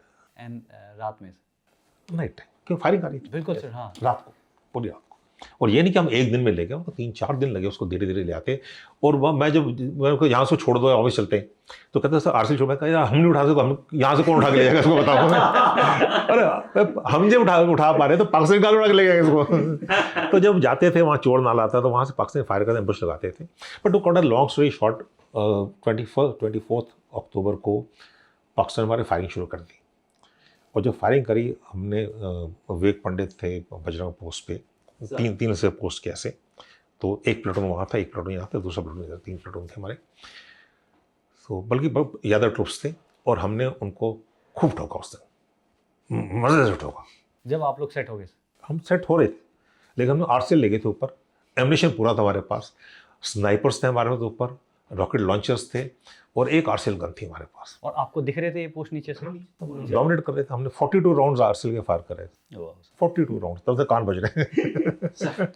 ठीक है। और उस रात को, पूरी रात को 300 राउंड बोफर्स के फायर करे और मोटर प्लाटून वहाँ जैकरिफ थी, 6 जैकरिफ जिसके जीडी बख्शी सर वो सीओ थे वहाँ पर। ठीक है।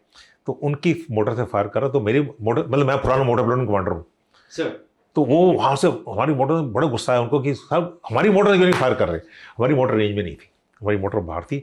उन्होंने पूरी मोटर एमुनेशन उठा कर रात को वहाँ पर आए और रेंज में आके कहता है हमारी मोटर रेंज में हमारी मोटर फायर करवाओगी। तो ये स्पिरिट है। ठीक है। और मज़े की बात बताऊँ, सुबह 5 साढ़े 5 बजे मतलब काफ़ी तबाही मचाई हमने, उनको वो पोस्ट खाली करवा दी। मैं सुन के लग रहा है। और उनके जो एक गोला उनके जो कैरोसिन ऑयल का जो डंप था उस पर पड़ा क्योंकि आग इतनी निकली सर। तो एक मक्खन सिंह था, पेट्रोल मक्खन सिंह डेल्टा कंपनी का, वो आया सुबह 5 बजे, कहता साहब जी मिठाई तो है नहीं, मैंने मालपुए बनाए हैं वो खाओ। ऑनेस्टली बता रहा हूँ, देखो हमारे जवान देखो, मतलब I can never forget him sir. मतलब रात भर हम बाहर बैठे हैं, ठंड में फायर कर रहे हैं एंड टोटली कोल्ड। और जवान ने मेरे ऊपर कब वो डाल दिए, स्ट्रिंग बैग डाल दिए, तंबू डाल दिए, मुझे नहीं पता, because I was conducting the fire and you know पूरा कोऑर्डिनेट कर रहा था। उधर विवेक पंडित बैठा हुआ बताया जा रहा था। तो 6 पैरा जगी नंदा थे वहाँ पर, my CO was also there.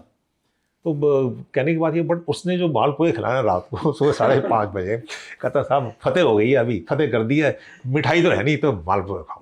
तो ये है, that is the spirit.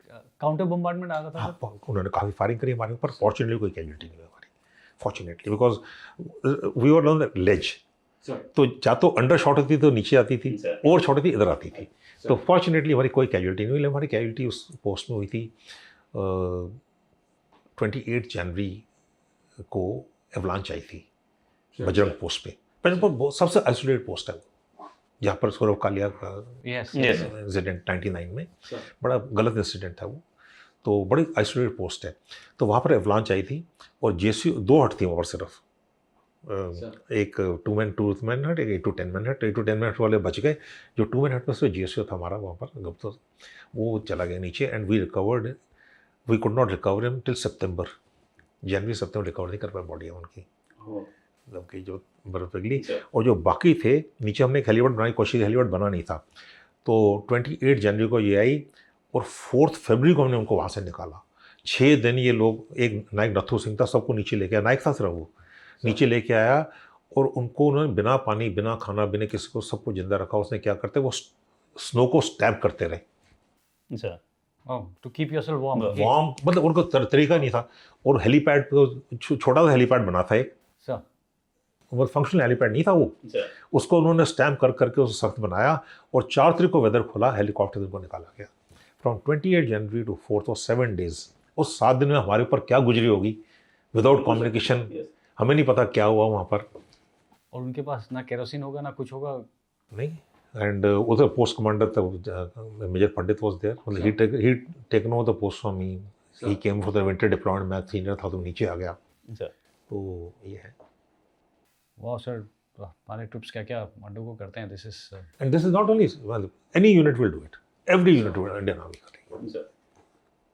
In fact sir, जब आप जीओसी थे 25 डे एंड मेरी यूनिट वहीं पुंछ में होती थी सर, सेक्लू बटालियन होती थी। हम पुराने साथी हैं। ये सर मैं गुत्रिया में, ऐसा मैंने ब्रीफ किया आपको, तब नंगी टेकरी पे भी एक ऑपरेशन हुआ था सर, एंड आपने उसको पूरा कोऑर्डिनेट किया था सर, गाइड भी किया था, उसके बारे में सर थोड़ा सा। देखिए 25 डे जैसे आप जानते हैं रजौरी पुंछ सेक्टर में है, तो काफ़ी वहाँ पर हरकत काफ़ी रहती है। आपने तो वहाँ साथी थे हमारे। तो नंगी टेकरी के में यूनिट थी वहाँ पर, तो वो उसके ले ऑफ द ग्राउंड ऐसा है। और वहाँ से जो पाकिस्तान आर्मी जो टेररिस्ट को सपोर्ट करती है, क्योंकि देखिए जो टेररिस्ट है वहाँ पर वो एक्सपेंडेबल आइटम्स हैं, बिल्कुल। ठीक है ना, वो जितने आएंगे उतना मार दो, उनको कोई फर्क नहीं पड़ता पाकिस्तानी आर्मी को, उनको कोई फर्क नहीं पड़ता है। तो we have to fight the expendable item. तो एक्सपेंडेबल आइटम को कैसे करेंगे, बड़ा मुश्किल होता है। तो वो आते हैं, हमारा एक भी मरता है तो चोट लगती है, हमको दर्द होता है, उनको मार दें, उनको कुछ नहीं फर्क पड़ा। तो वहाँ पर वो आके कुछ ना कुछ करते रहते थे, कभी इधर कभी उधर, मतलब वो नुकसान करते हुआ, वो आदत है उनकी, मतलब to bleed India with 1000 cuts, तो उनकी प्रॉक्सी वॉर की वो फिलॉसफी है उनकी।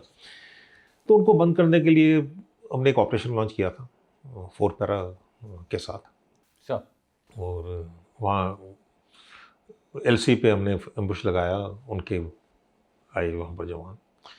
एलसी आप बता रहे हैं, बट हम समझ सकते हैं। लाइन ऑफ कंट्रोल, आप सब नौकरी करते हैं। पर नौकरी आसान नहीं है, आसान नहीं है। देखिए, जो फायर के नीचे आसान नहीं है, तो उन्होंने 3 दिन बैठे रहे वो पेशेंट्स के साथ, और 3 दिन बैठना बड़ा मुश्किल होता है। Yes sir. देखिए, डॉग्स भी होते हैं ऊपर, और डॉग्स बाग करते हैं।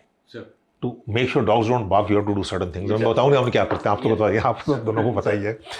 तो उधर जब वो एंड में जो फंसे, तो हमने उनको नुकसान पहुंचाया। उसके बाद इतनी शांति हो गई वहाँ पर कि कुछ नहीं हुआ। इसमें और भी कुछ चीज़ें थी सर, बहुत सारी चीज़ें। बट मैं ये बताना चाहूँगा, यू नो, पॉलिटिकल नहीं बनना चाहिए। मैं soldier, I am not political, but काफ़ी लोग, जब सर्जिकल स्ट्राइक्स हुई थी 2016 में 26 सितंबर की, तो लोगों ने बोला पहले भी करी है, पहले नहीं करी। I was the first one two on TV and से कि सर्जिकल स्ट्राइक्स पहली बार हुई हैं स्ट्रेटेजिक लेवल पे। स्ट्रेटेजिक लेवल पे, करेक्ट सर। जो पहले होते थे वो टैक्टिकल लेवल ऑपरेशन होते थे। जब ये ऑपरेशन में, मतलब मैं डिव कमांडर था, तो जिम्मेवारी मेरी थी टैक्टिकल लेवल पर, एक जगह था ये। लेकिन ये जो सर्जिकल जो स्ट्राइक्स हुई हैं, ये बिल्कुल अलग लेवल पर, स्ट्रेटेजिक लेवल पे। देखिए, तरीका वही था, तरीका तो लड़ाई का वही है। आपने इनफील्ड, देखिए सर्जिकल स्ट्राइक देखो, आपने तो उस पर बहुत अच्छा पॉडकास्ट कराया जल्दू आपका। देखिए, उसमें क्या था, success was not a probability, failure was not an option. और सबसे ज़्यादा मैंड और माइंड एरिया वर्ल्ड में जो है लाइन ऑफ कंट्रोल है। yes, उसमें आपने इंसर्ट करना है। चलो, आपने इंसर्ट कर दिया, आपकी ट्रेनिंग अच्छी है, वहाँ पर आपने डिस्ट्रॉय किया, एग्जीक्यूट किया। जब एग्जीक्यूट किया, सरप्राइज खत्म हो गई, फिर आपने उसको रिट्रीव करना है, वापस आना है, डी-इंडक्ट वहाँ से, बिना कैजुअलिटी के। कैसे कर सकता है कोई? माइंस भी हैं, मैनिंग भी है। तो आए, और वो माइंस का कोई मैप नहीं है, कुछ नहीं है सर, कुछ नहीं पता सर। माइंड के बारे में एक छोटी छोटी आपको चीज़ अलग से बताऊँ। Yes please. 2 चीज़ें मैं, मतलब बड़े दिमाग में आती है मेरे। मैंने ना 6 पैरा के अलावा असम राइफल भी कमांड करी है sir. Sure. I was the senior most of the Indian army, 28 years service. Which Assam rifle sir? 14 Assam rifles, Nagaland में, फेक में। तो वहाँ पर हमने ऑपरेशन लॉन्च किया, तो असम राइफल्स में। किस साल को होगा सर? ये था 2002 में, सर 2002 में। तो मैं 74 कमीशन, तो 28 years होते हैं। तो वहाँ पर ना एक हमारा ऑपरेशन के बाद हमने गाड़ियाँ भेजी लाने के लिए वापस। तो एक ड्राइवर था, वो नदी किनारे गया अपना नहाने वहाने के लिए, वो नदी में बह के म्यांमार की तरफ चला गया। सर तो नेपाल से था, तो मैंने उसकी वाइफ को कॉल किया, मेरी जिम्मेवारी उसकी, बड़ा बुरा लगता है जब। तो मैंने बोला ऐसे ऐसे एक्सीडेंट हो गया है, you know, look at that.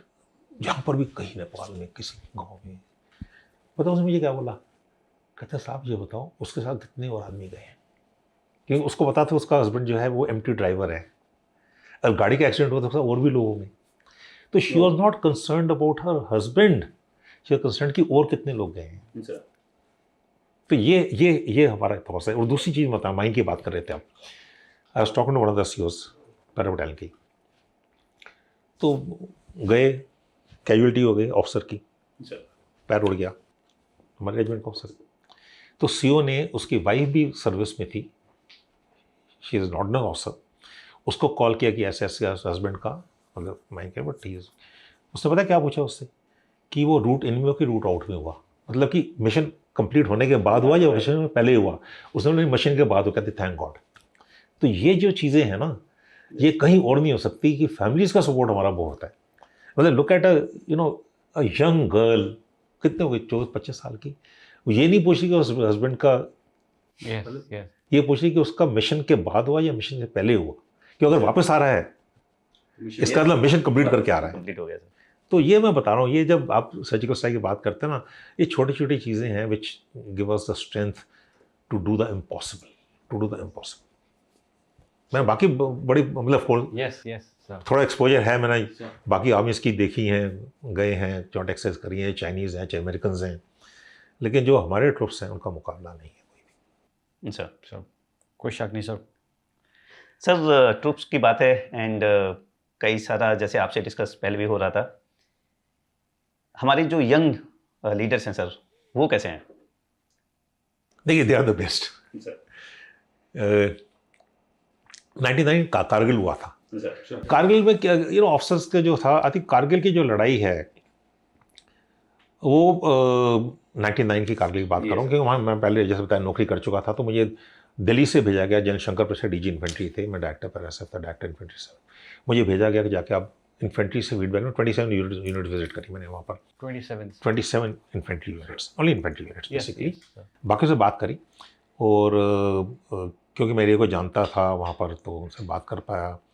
और 27 मतलब मैं सुबह से शाम तक 2 टीम बना रखी थी, 6 पैरा वहाँ पर थी, तो उनसे ले ली मैंने, सपोर्ट ले ली पूरी। तो सुबह जाता था, कहीं रात को रुक लिए, अगले दिन दूसरे साथ ले गए।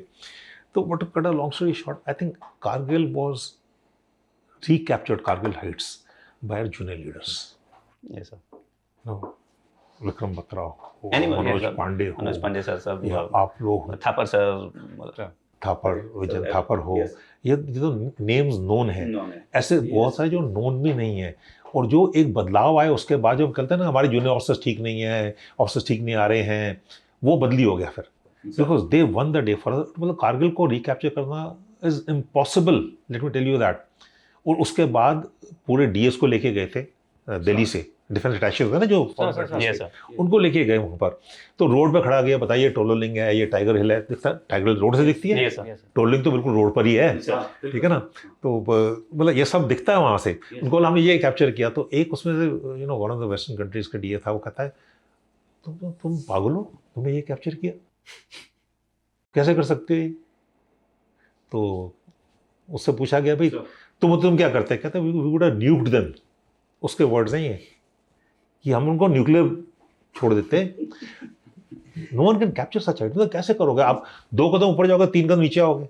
Yes, sir. ऊपर कोई बैठा पत्थर भी फेंकेगा तो आप उसको कैप्चर नहीं कर सकते हैं। लेकिन हमारे लोगों ने 18 मिनट टाइगर हिल कैप्चर कर लिया, टोलिंग 2 राजौरी ने कर लिया, 8 सिख ने कर लिया। कौन सी यूनिट ऐसी नहीं थी?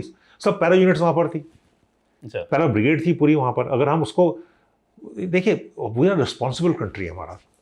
अगर हमने एलसी क्रॉस नहीं करनी थी, अगर एलसी क्रॉस करते तो we could have cut off the Burzil by frontier track and para brigade was positioned there to do it. Brigade PC Bhardwaj, general PC Bhardwaj जो वाइस थे पुराने, he was a para brigade commander, he had 3 units with him, 1 para, 6 para, 7 para, and they were positioned to cut that off, infiltrate and cut that off. They were east of Mushkoh, ठीक है। They were positioned there to cut it off, but they were not allowed to cross the LC, ठीक है। Rightly so. हमको भाई world में हम देखना पड़ेगा, हमारे पास वही रिस्पॉन्सिबल कंट्री है। हम पाकिस्तान थोड़ी, हम तो इंडिया हैं।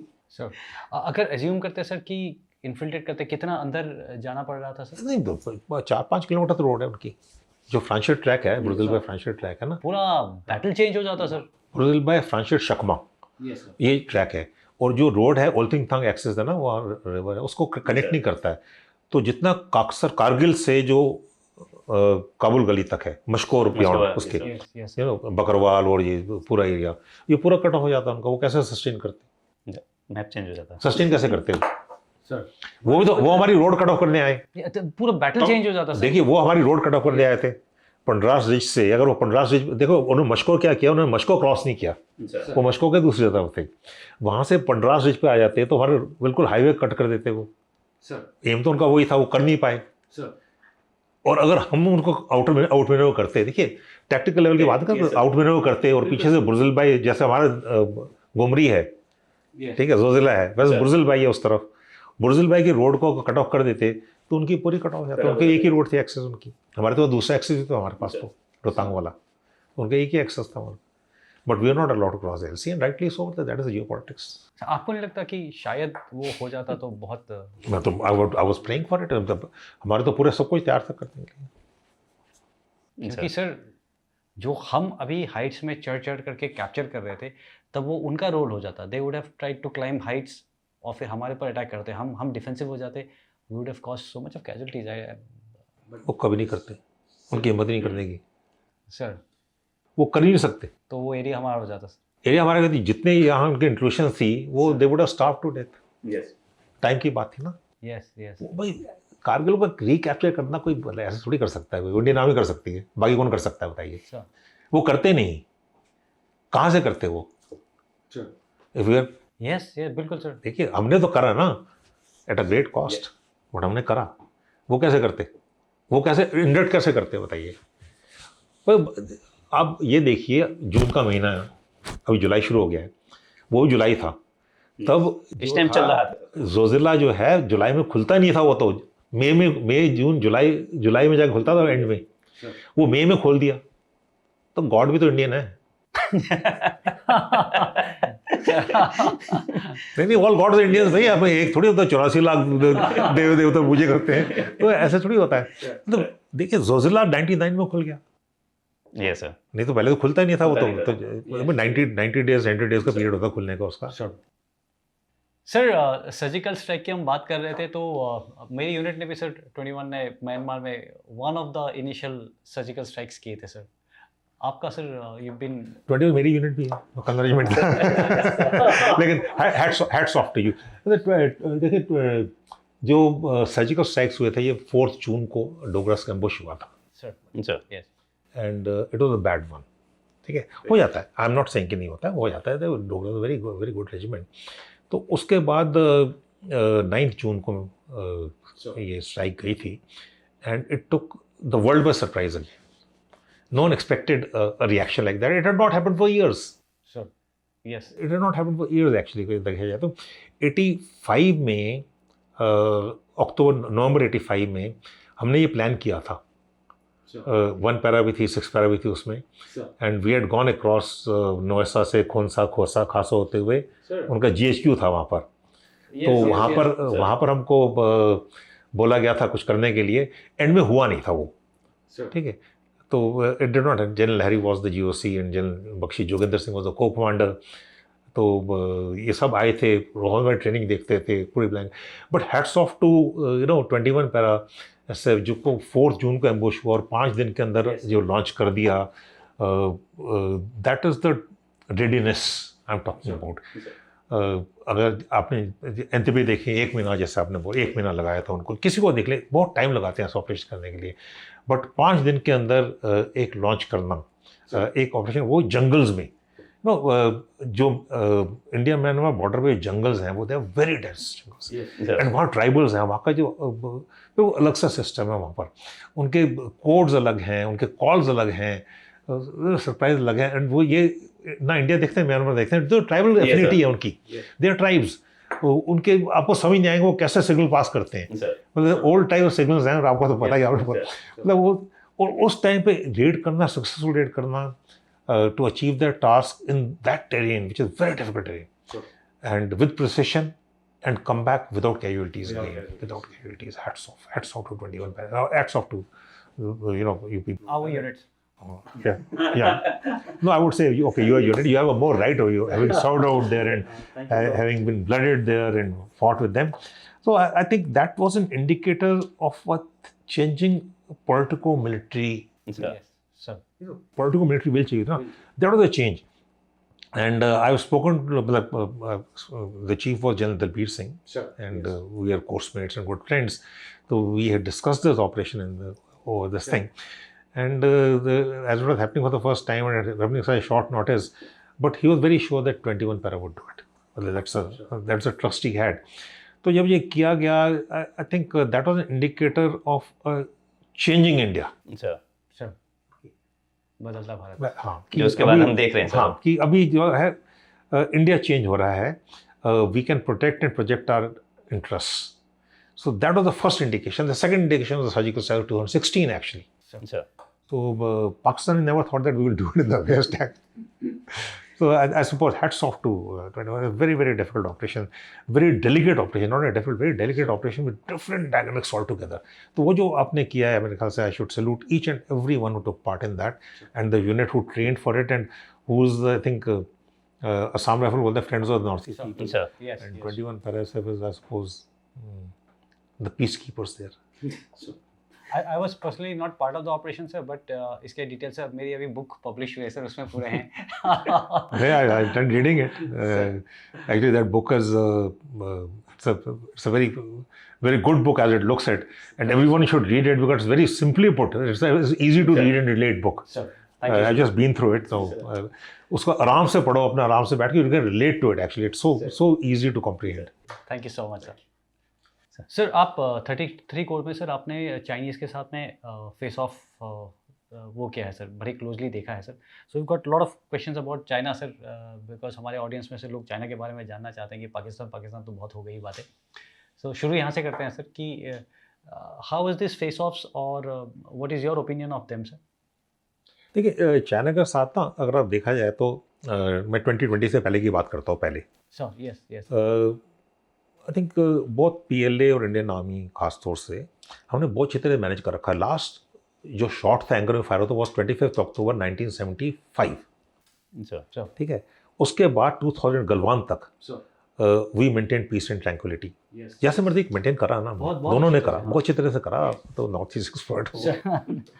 ठीक है. इतना आसान नहीं है क्योंकि हाई एल्टीट्यूड में क्या होता है, और ये पूरा हाई एल्टीट्यूड एरिया है. हाई एल्टीट्यूड में क्या होता है, टेम्पर्स तो हाई होते हैं, सब गुस्सा आता है, ऑक्सीजन कम है, खाना मिलता नहीं है, छोटे जाने को नहीं मिलता, और टेम्परेचर्स लो रहते हैं लेकिन टेम्पर्स हाई रहते हैं. उसके बावजूद हमने बहुत अच्छी तरह से वहाँ पर सिस्टम्स बना रखे थे पीस एंड ट्रैंक्विलिटी के 93, 96, 2005 के. छोटी चीज़ें जैसे 33 कोर फेस ऑफ होते हैं, वहाँ फेस ऑफ होते थे, तो बड़े मेच्योरिटी से काम लेना पड़ता है उसको. ठीक है. मतलब वही लाइक जैसे मैं पहले बताया, हम लड़ाई करने के लिए थोड़ी है वहाँ पर, but we have to ensure कि हमारी टेरिटोरियल इंटीग्रिटी जो है वो रहे वहाँ पर. तो मुझे एक छोटा इंसिडेंट याद कर बताता हूँ आपको. नॉर्थ सिक्किम में फेस ऑफ चल रहा था, सुबह से शाम हो गई, रात हो गई, तो नॉर्मली इतने लंबा चलता नहीं है face of. Sir face of normally कुछ ऑडियंस को मतलब पता नहीं होगा. हाँ. फेस ऑफ का मतलब है कि PLA आता है, कहता है ये हमारा एरिया, हम कहते हैं हमारा एरिया है. फिर हमारे वो बैनर ड्रिल होती है कि तो आप यहाँ से चले जाओ, वो कहते हैं वहाँ चले जाओ. तो ये हाई एल्टीट्यूड में अभी 5000 मीटर में जो चल रहा है खड़े हुए आमने सामने सब. तो मैंने कम नहीं, क्योंकि perception of line of actual control दोनों के अलग. देखिए लाइन ऑफ एक्चुअल कंट्रोल तो कन्फ्यूजन है टोटल. इंडिया कहती है मेरा परसेप्शन है. देयर आर फोर लाइंस, एक नहीं 4 लाइन है. वो मैं काफ़ी बार बता चुका हूँ. ये एक Indian perception line of actual control है, एक Chinese perception line of actual control है, एक Indian perception Chinese perception line of actual control है, और एक Chinese perception Indian perception line. क्योंकि जब वो आते हैं हम देखते हैं यहाँ आ रहे हैं, हम उसको लॉक करते हैं. ठीक है. तो हम सोचते हैं ये उनकी परसेप्शन है, तो टोटल कन्फ्यूजन है.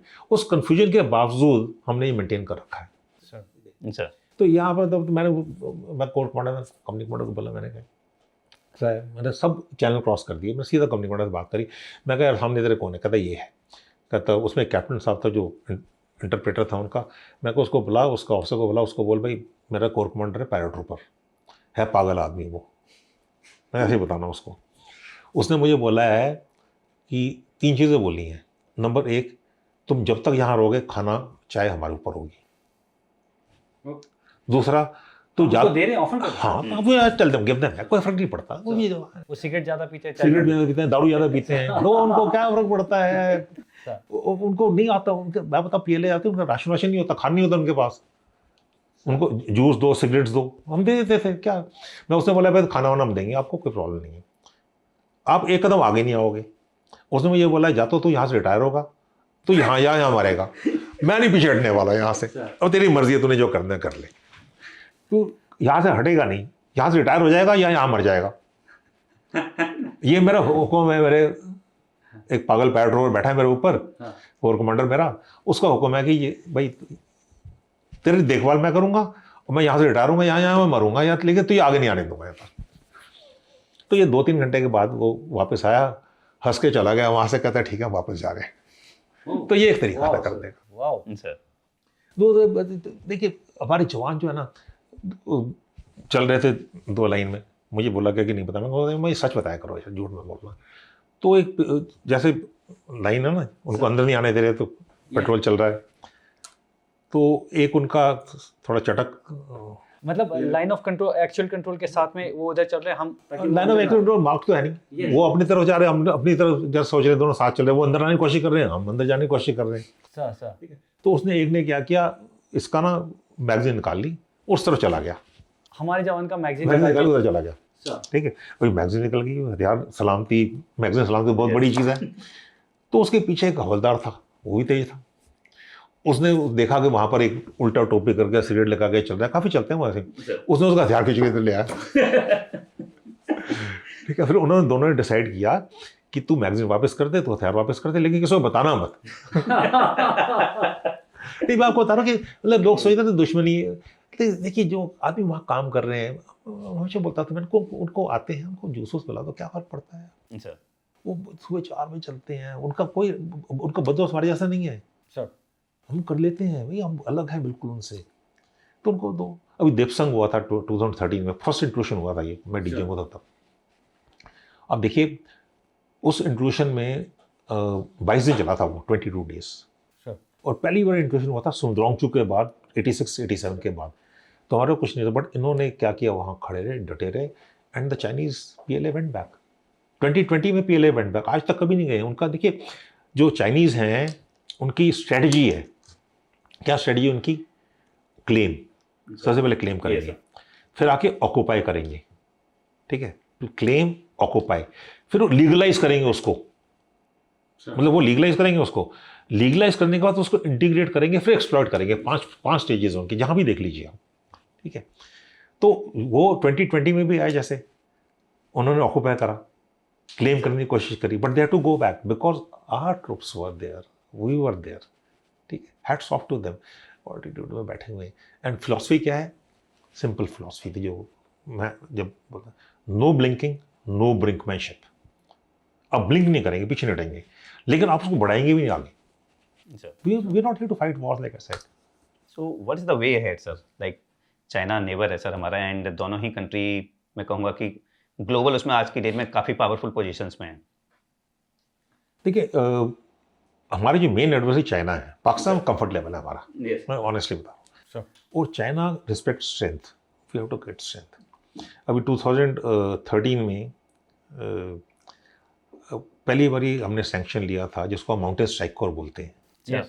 I was part of the mountain strike. You are part of it. It was not a mountain strike corps actually. If you look at that, it was 90,274 men. मैं figure बता रहा हूँ आपको, at a cost of 67,000 crores spread over 8 years. मैं DJ में था, general Vikram Singh chief थे, उन्होंने ब्रीफ किया, सैंक्शन मिला हमको, प्रॉपर सैंक्शन था वो, फाइनेंशियल सैंक्शन था। और क्यों मिला, क्यों दीपसंग के बाद मिला हमको, तो पुराना केस था, मैंने केस शुरू नहीं करा था, पहले केस शुरू था, ठीक है, बट वो sanction was given to 90,274 man. एक आदमी सैंक्शन करवा लो गवर्नमेंट ऑफ इंडिया से, तो 90,274 आदमी का सैंक्शन था ये, फॉर नदर्न बॉर्डर्स ओनली, ठीक है, इंक्लूडिंग द माउंटेन स्ट्राइक को, ब्रिगेड्स हैं, और आज सब काम आ गया वो। यस वो अलग बात है, हमने पूरी तरह रेज नहीं किया, 17 को रेज किया था, बट पूरी तरह रेज नहीं किया, अभी कर रहे हैं। तो जो चाइना है, it respect strength, you have to have strength. Today you have to look at the wars of future, you have to combine. अब टेक्नोलॉजी की सब बात करते रहते, अरे टेक्नोलॉजी तो ठीक है, technology is a force multiplier, it multiplies your forces.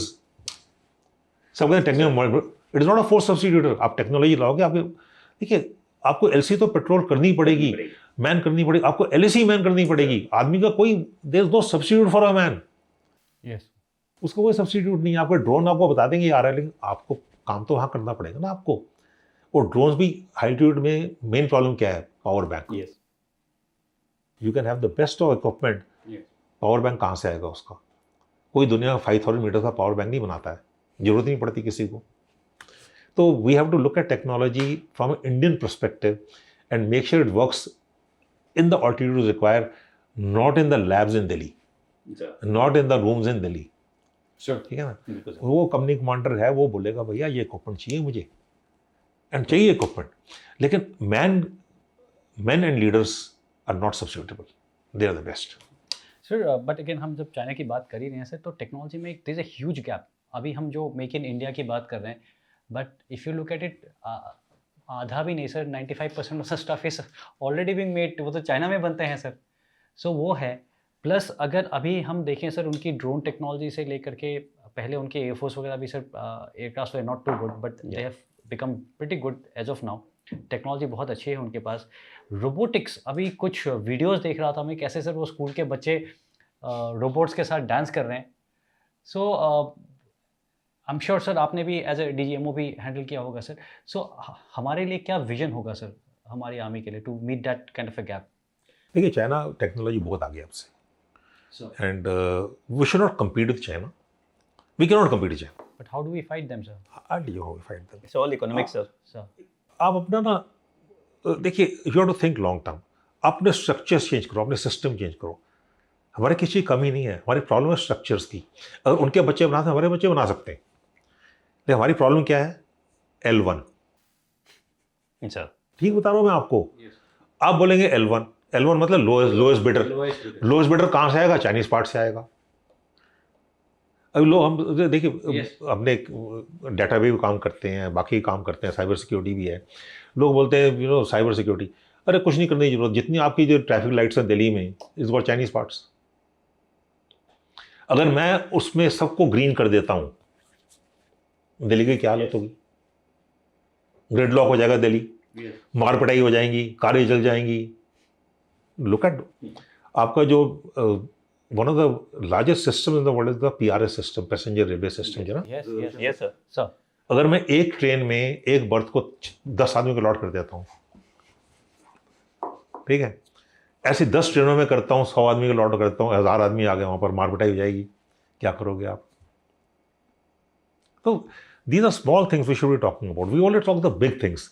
Sure. But to create chaos, all our parts, because L1 have got supply chain infection. Sure. What is supply chain infection?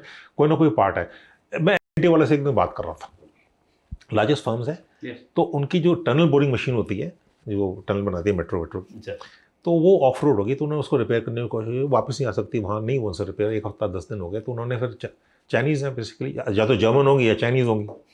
German afford नहीं कर सकते, हमारी Chinese होती हैं। तो उन्होंने बोला कि भाई ऐसे ऐसे बोरिंग मशीन ख़राब हो गई है, तो क्या करें? तो ठीक करना पड़ेगा। कहता है ठीक नहीं करने की ज़रूरत है, आपने इंस्टॉलमेंट नहीं पे करी, इसने उसको ऑफ रोड कर दिया। हो तो the chip is there sir, ठीक है, कंट्रोल उसके पास है, इक्विपमेंट आपका है, आपने पे कर रखा है, आपने इंस्टॉलमेंट पे कर उसे चिप है, उसको ऑफ रोड कर दिया उसने। तो that is what I am talking about. We have to, जब हम आत्मनिर्भरता बोलते हैं, वी कैन नॉट बी आत्मनिर्भर everything, but we have to start being आत्मनिर्भर इन की एरियाज। एंड जब तक आपका L1 रहेगा ना, लोएस्ट बिडर, आप आत्मनिर्भर नहीं हो सकते, क्योंकि वो पार्ट्स तो फिर चाइना से आएंगे सर। तो सिस्टम चेंज करना पड़ेगा। दिमाग हमारे बहुत है, दिमाग की कमी नहीं हमारे, सिस्टम स्ट्रक्चर्स चाहिए। जब आत्मनिर्भर बोलते हो तो you have to they have to grow from the grass roots, and we have to have a vision of next 5 years, 10 years, 15 years। बहुत काम हो रहा है सच में, ये नहीं कि नहीं हो रहा। दुनिया बदल गई है। जो मैंने फौज देखी और जो आपने जो फौज देखी है, वो बिल्कुल अलग है। पर कोर वैल्यूज हमारी नहीं जानी चाहिए। कोर वैल्यू साथकों को ऐड करना चाहिए। जो टेक्नोलॉजी है, जो नेक्स्ट फ्यूचर वॉर्स होंगी, उसको देखना चाहिए। And we should not get too carried away one type of war. We have to make sure कि हमारी जो, देखिए USA वाला ठीक है, उनका ग्लोबल एम्बिशंस हैं, चाइना ठीक है, हमारी तो थ्रेट डिफाइंड है, हमारी थ्रेट्स तो डेफिनेट है। Yes sir. तो हमको उस तरह से काम करना चाहिए। That's one of the ways. Sir अभी रिसेंटली हमने ऑप सिंदूर देखा पूरा, एंड जिससे लोगों ने बोला कि वॉरफेयर चेंज हो गया है, बड़ी सारी चीज़ें और चेंज हो गई हैं। आपकी नज़र में सर कुछ लेसन्स जो इंडियन आर्मी को एंड ओवरऑल अगर मैं सभी के लिए बोलूँ कि इंडिया को लेने चाहिए? देखिए, मैं इसमें बड़ा कॉन्ट्रेरी व्यू दूंगा आपको सर। एक व्यू तो ये है कि सर्जिकल स्ट्राइक्स, उसके बाद मैं बालाकोट नहीं बोलूँ, जबा टॉप बोलूँगा, क्योंकि जबा टॉप पे स्ट्राइक किया था हमने, बालाकोट भी नहीं किया था। बालाकोट जबा टॉप से 20 किलोमीटर दूर है, लेकिन सब बालाकोट बोलते हैं, ठीक है। उसके बाद जो सिंदूर हुआ, इसने क्या किया है? आफ्टर सर्जिकल स्ट्राइक्स ऑफ 26 सितंबर 2016, एक भी अटैक जो है, टेररिस्ट अटैक JNK के बाहर नहीं हुआ है, एक भी नहीं हुआ है। पुलवामा हुआ, JNK में हुआ, पहलगाम हुआ, JNK में हुआ, जितने वो JNK में हुए, रियासी हुआ, JNK में हुआ। JNK के बाहर तो कोई अटैक नहीं हुआ। एक रेड फोर्ट का जो अभी हुआ, वो तो इंटरनल बोल रहे हैं ना, वो अलग है। उससे पहले क्या होता था? जब देखो हर दूसरे तीसरे महीने बड़े attack, Delhi, Mumbai, Coimbatore, Bangalore, Calcutta, Ahmedabad, you name it was there, Pathankot, ठीक, तो ये चेंजेस आए। अभी ऑफ सिंदूर ने क्या किया है, op Sindoor has change things, ठीक है, उसमें technology was used in a very big way and unlike surgical strikes, unlike I would say Jaba Top और बालाकोट ऑपरेशंस, इसमें we have used technology, so as Pakistan also used technology sir and it is sort of a contact नहीं हुआ कहीं भी, other than you know Yes. Missile warfare, drone warfare, air warfare अब देखा जाए, cyber देखा जाए, तो this is something which has change. Now what is happening the, अगर आप सिंदूर को देखेंगे, you have to prepare for tomorrow. ये तो यानी पाकिस्तान मानने वाले तो है नहीं, आपने कॉस्ट रेज करे, पाकिस्तान दोबारा करेगा, आज नहीं कल नहीं करेगा, और नहीं करेगा तो अच्छी बात है, ठीक है, लेकिन हमको तैयार रहना पड़ेगा करने के लिए। अब करेगा तो नेक्स्ट टाइम क्या करेंगे, ये 2008 जब मुंबई को उसका शुरू करा था हमने काम करना इस पर, लेकिन करा हमने 2016 में। तो you have to prepare for Sindoor plus, ठीक है, लेसन्स लर्न फ्रॉम सिंदूर। आप अपनी कमजोरियाँ देखिए क्या थी आपकी, उसको कमजोरियों को दूर करिए, और आपने जो एसेट्स आपने बनाए हैं, जो आपकी अच्छी चीज़ें, जो खामियां वो दूर करो, लेकिन जो अच्छी उसको कंसोलिडेट करो, उस पर डेवलप करो। लेकिन of Sindoor alone should not drive our capability development. Our capability development is driven by northern borders of China. Yes. Unfortunately, जो मैं देख रहा हूँ अभी, और आई होप मैं गलत हूँ, कि हमारा फोकस ऑफ सिंदूर ज़्यादा हो गया है। ऑफ सिंदूर इज ओनली थोड़ा पाकिस्तान कंफर्ट जोन है, हमारा कंफर्ट जोन है वो। अगर हम वहाँ के लिए कैपेबिलिटी डेवलप करेंगे तो ये अपने आप हो जाएगा, ये अपने आप हो जाएगा। हमारा जो मेन फोकस रहना चाहिए वो चाइना रहना चाहिए, मेन फोकस चाइना रहना चाहिए। क्योंकि अगर आप देखें अभी जो मर्ज कर रहा है चाइना, पाकिस्तान, बांग्लादेश एक्सेस में मर्ज कर रहा है। Yes sir, don't forget Bangladesh also. लेकिन उनको पता होना चाहिए, पाकिस्तान और बांग्लादेश पता होना चाहिए कि ये हमारे रेड लाइन्स हैं, स्ट्रेटेजिक रेड लाइन्स ये हैं, इसको तुम क्रॉस करोगे तो कॉस्ट ऑफ कॉन्सिक्वेंसेज होंगे। सर वो बहुत जरूरी है हमारे लिए। तो जो हमारी जो कैपेबिलिटी डेवलपमेंट है, it has to be 360 degrees, it can't be option दूर बेस्ड। ऑप्शन बहुत अच्छा काम किया हमने, वेरी प्राउड ऑफ इट। लेकिन दुनिया बदल गई है अभी। देखिए, why do nations go to war? Nations go to war to enforce their will on the adversary. Sir अब अपने अपनी विल एडवर्सरी एनफोर्स करनी है।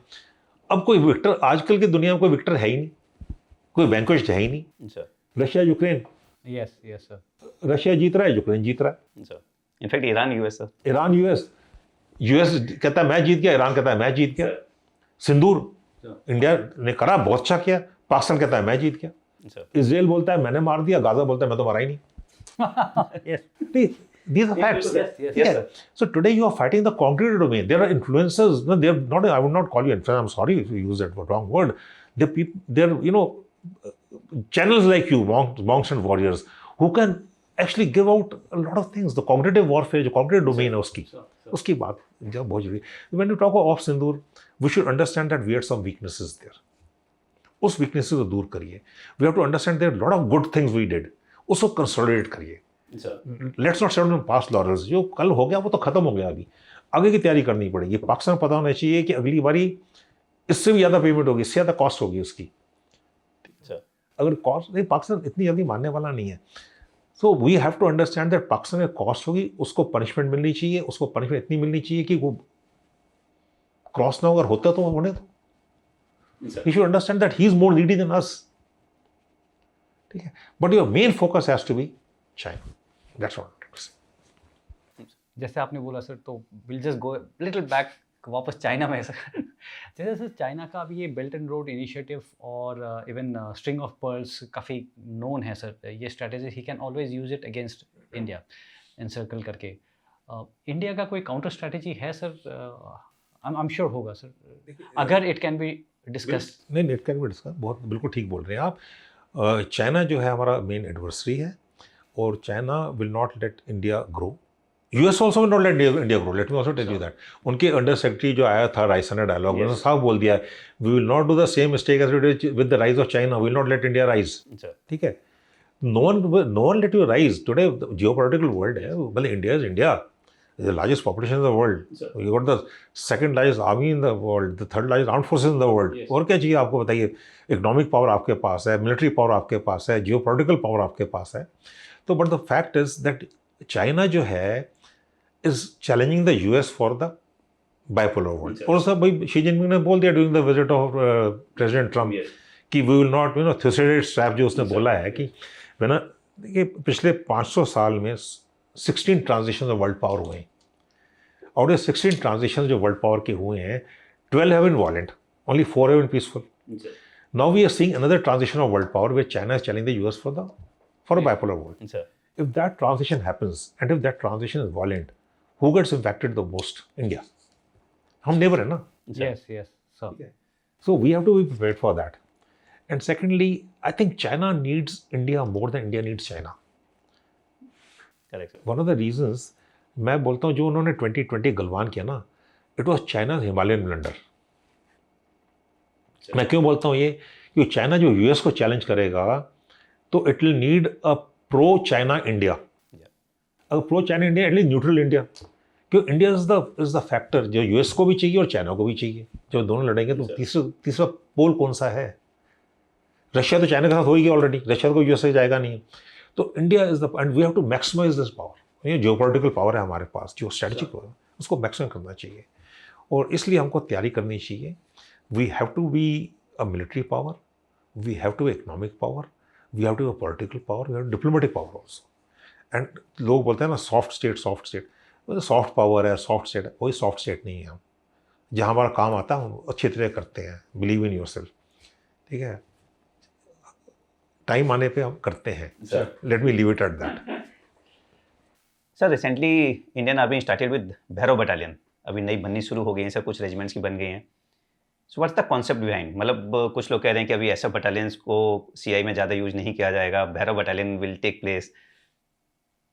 ठीक है, ऐसा है जब स्पेशल ऑपरेशन की बात करते हो या घातक की बात करते हो, हर इन्फेंट्री में घातक है. Yes sir. तो बहुत साल पहले 28 में भी हम जब एक साथ थे तब भी मैं बोलता था कि घातक प्लाटून का कोई मतलब नहीं है, घातक बटालियन होनी चाहिए. सर घातक बटालियन क्या करेगी? टैक्टिकल लेवल पर रहेगी. टैक्टिकल लेवल जो डिव कमांडर के नीचे छोटे लेवल पे घातक बटालियन. और वो हर प्लाटून निकाले घातक बटालियन बना दो, आदमी तो कोई देगा नहीं आपको. लेकिन that does not mean they replace, you know, they can replace the special operation, special forces. नहीं, स्पेशल फोर्स काम तो स्ट्रेटेजिक लेवल पर है, ऑपरेशन लेवल पर है. You look at it, you are a threaten being. वो आपको हर एक चीज़ जो है ना, चाहे चाइना चले जाओ या कहीं भी चले जाओ, वो आपको बड़े बारीकी से देखते हैं, बारीकी स्टडी करते हैं. आप क्या कर सकते हो, आपकी कैपेबिलिटी क्या है, आपका मैनिंग क्या है, आपकी डॉक्ट्रिन्स क्या है, आपकी लीडरशिप कैसी है, आपकी ट्रेनिंग कैसी है, सब आपको देखते हैं. एक स्पेशल हर एक डेस्क होती है देखने के लिए. तो जो भैरव बटालियन है tactical level, and you need tactical level so that we do not waste our special forces who are so well trained, who are so well equipped, who are मतलब बिल्कुल अलग हैं वो. तो they are not of this thing. Bharat was only tactical level, and we need tactical level operations. So Bharat battalions are very good at the tactical level, at the dev level. But when you employ special forces at the theater level now, okay, at the strategic level, that is different totally. Then जो आपका adversary है, जो आपका दुश्मन है, वो सोचता है ये क्या करेंगे. You know, you're creating decision dilemmas. Bharat battalion थोड़ा decision dilemma create करेगी. Decision dilemmas at the highest level जो क्रिएट करेंगे, जो उनके लेट्स से पाकिस्तान के जीएचक्यू में या वेस्टर्न थिएटर कमांड में, वो तो स्पेशल फोर्स बटालियन करेंगी. उनकी एम्प्लॉयमेंट वो देखेगा, वो ये कहाँ जा रही हैं, ये क्या कर सकती हैं, कहाँ आएंगी. So that is what I am talking about. It is not Bhairav, मतलब let's not misunderstand Bhairav battalion. Bhairav battalion tactical level, जो पहले घातक प्लाटून वो छोटा करते थे, उसको हमने सिनर्जाइज करके बहुत अच्छा कर दिया. It much required. ठीक है, लेकिन लेट्स नॉट स्टार्ट कंपेयरिंग ऐसा वैसा. Totally different ball game, different ball game. You can operate anywhere, you have longer self survival periods, your equipment is different, your thought process. Main तो दिमाग है भैया, दिमाग बिल्कुल अलग है. आप लोगों का तो दिमाग ही अलग होना चाहिए बिल्कुल. मतलब जो आदमी सोच नहीं सकता वो आप कर सकते हो, वो चीज़. वेरी इंटरेस्टिंग सर, स्पेशली जो आपने बोला कि हमें बहुत बारीकी से देखते हैं. हम चाहते हैं हमारे चैनल को भी इतनी बारीकी से देखें. तो आप मानो मेरी बात, वो देखते होंगे. I am sure sir. Yes sir. I am sure. So मैंने जितने आपके पॉडकास्ट देखे, मैंने ये सोचता रहा कि इसमें उनको क्या दिखेगा. ठीक है, क्योंकि वो भी देखना चाहिए ना, अपने जो एडवर्सरी है उनके दिमाग में घुसना चाहिए उनको. सर हमारे एक और फेवरेट हैं sir, Mahendra Singh Dhoni sir. In fact आप जब कर्नल ऑफ द रेजिमेंट थे, he was presented the maroon बेरे सर, और आप इस बात को बहुत ज़्यादा फेवर नहीं कर रहे थे sir. We would like to know sir. ठीक है ऐसे हमारे कैप्टन, इंडियन टीम कैप्टन हैं, बहुत कैप्टन कूल बोला जाता है उनको. उनको डिसाइड किया गया था आर्मी क्वार्टर्स में, तब मैं कर्नल रेजिमेंट था, मैं 33 कोर में था, कि इनको टीए में लाएंगे, ऑनरी रैंक देंगे टीए का, जैसे कपिल देव को दिया है, जैसे सचिन को दिया, सचिन तेंदुलकर एयरफोर्स ने दिया है, और उसका बिंद्रा को भी दिया गोल्ड मेडलिस्ट हमारे. तो इन दोनों को देंगे. तो मैं फेवर में नहीं था, सच बात तो ये है. क्यों? क्योंकि मैरून बेरे अर्न करनी पड़ती है, और मैरून बेरे अर्न करने के लिए बहुत पापड़ बेलने पड़ते हैं. बहुत कुछ करना पड़ता है, इतना आसान नहीं है मैरून बेरे लेना. जैसे आपने मुझे बोला कि आपने मुझे मैरून किया है, मतलब मुझे याद है हम सोते नहीं थे पूरी रात भर, मतलब दिमाग में एक ही चीज़ था, कैसे मिलेगी मैरून बेरे. ठीक है, तो ऐसे मैरून बेरे नहीं ले सकते थे, बट ठीक है, जनरल वीके सिंह चीफ थे, उन्होंने डिसाइड कर लिया. मैंने उनको बोला भाई दूसरे रेजिमेंट में उनको कर दे दो टीए, तो हर रेजिमेंट की टीए वहाँ पर हमारी भी टीए. तो उन्होंने बोला नहीं, he only wants to join the paras. ठीक है, ठीक है, डिसीजन टेकन हो जाए, हुक्म होगा तो हुक्म होगा. तो जब उनको पिपिंग करी गई थी यहाँ पर, चीफ ने, मैंने पिप किया था उनको, फिर उनको जब बात करी उनसे, I found him very good. मैंने उनको बोला जंप करता, मुझे डर लगता है जंप से, and he was captain of the Indian cricket team. Look at the risk और जंपिंग. ठीक है, उनका दिमाग, मैंने उनसे बात करी, उस टाइम पे कहते हैं, मैंने कहा और क्या, और कहते हैं ऑस्ट्रेलिया का टूर के बारे में सोच रहे हैं. वो 5 महीने दूर था ऑस्ट्रेलिया का टूर, 5 महीने पहले वो ऑस्ट्रेलिया के टूर की प्लान कर रहे थे. ठीक है, एंड वो कहते हैं मुझे डर लगता है हाइट से, but he went and did jumps as a captain. मतलब रिस्क देखो ना. मेरे इतनी हड्डियाँ टूट चुकी है, तो उन्होंने सारी जंप्स करी, सब पूरा पैरा बेसिक कोर्स करा. Not only that, he went and served on the LC. Look at the motivation he had, and look at the motivation he gave to the troops and the country. ठीक है, वो तो I have a lot of respect for him, I have lot of respect time for him. जो उस time पे मुझे शक था कि मैंने कहा यार एवरीवन वांट्स टू मैरून बेरे, शोशा करना चाहते हैं. वैसे इधर soldiers and stars don't go together actually. Soldier ground to earth होते हैं, या स्टार्स होते हैं, चाहे फिल्म स्टार्स हो या क्रिकेट स्टार्स हो, दे वांट शोशा. But I found Dhoni a very down to earth, very practical man. And जब बात करी उनसे, जब उन्होंने जो उसका किया, मुझे लगा ऐसे भी है. And look at his plan, मतलब to jump as a cricket team captain, मतलब ही कुड हैव, मतलब इट्स नॉट इजी. मतलब cricket is our religion in India. Yes. They're representing India, sir. हाँ, hats off to him, hats off to him. And he did it. And you know who asked that question? Not me. मैं नहीं इतना भाव दे रहा था तब. उसकी wife ने पूछा कि आप क्या करोगे. मतलब आपको रैंक तो दे दिया है, उसी दिन की बात कर रहा हूँ मैं. तो उन्होंने, my wife was also there, उन्होंने पूछा भाई तुमने रैंक तो ले, इसका करोगे क्या तुम? What will you, how will you contribute to the army? Mrs. Dhoni asked him that. Sure. And then he came out with it कि I will do my best. And he has maintained his word for it. And I thank him for that.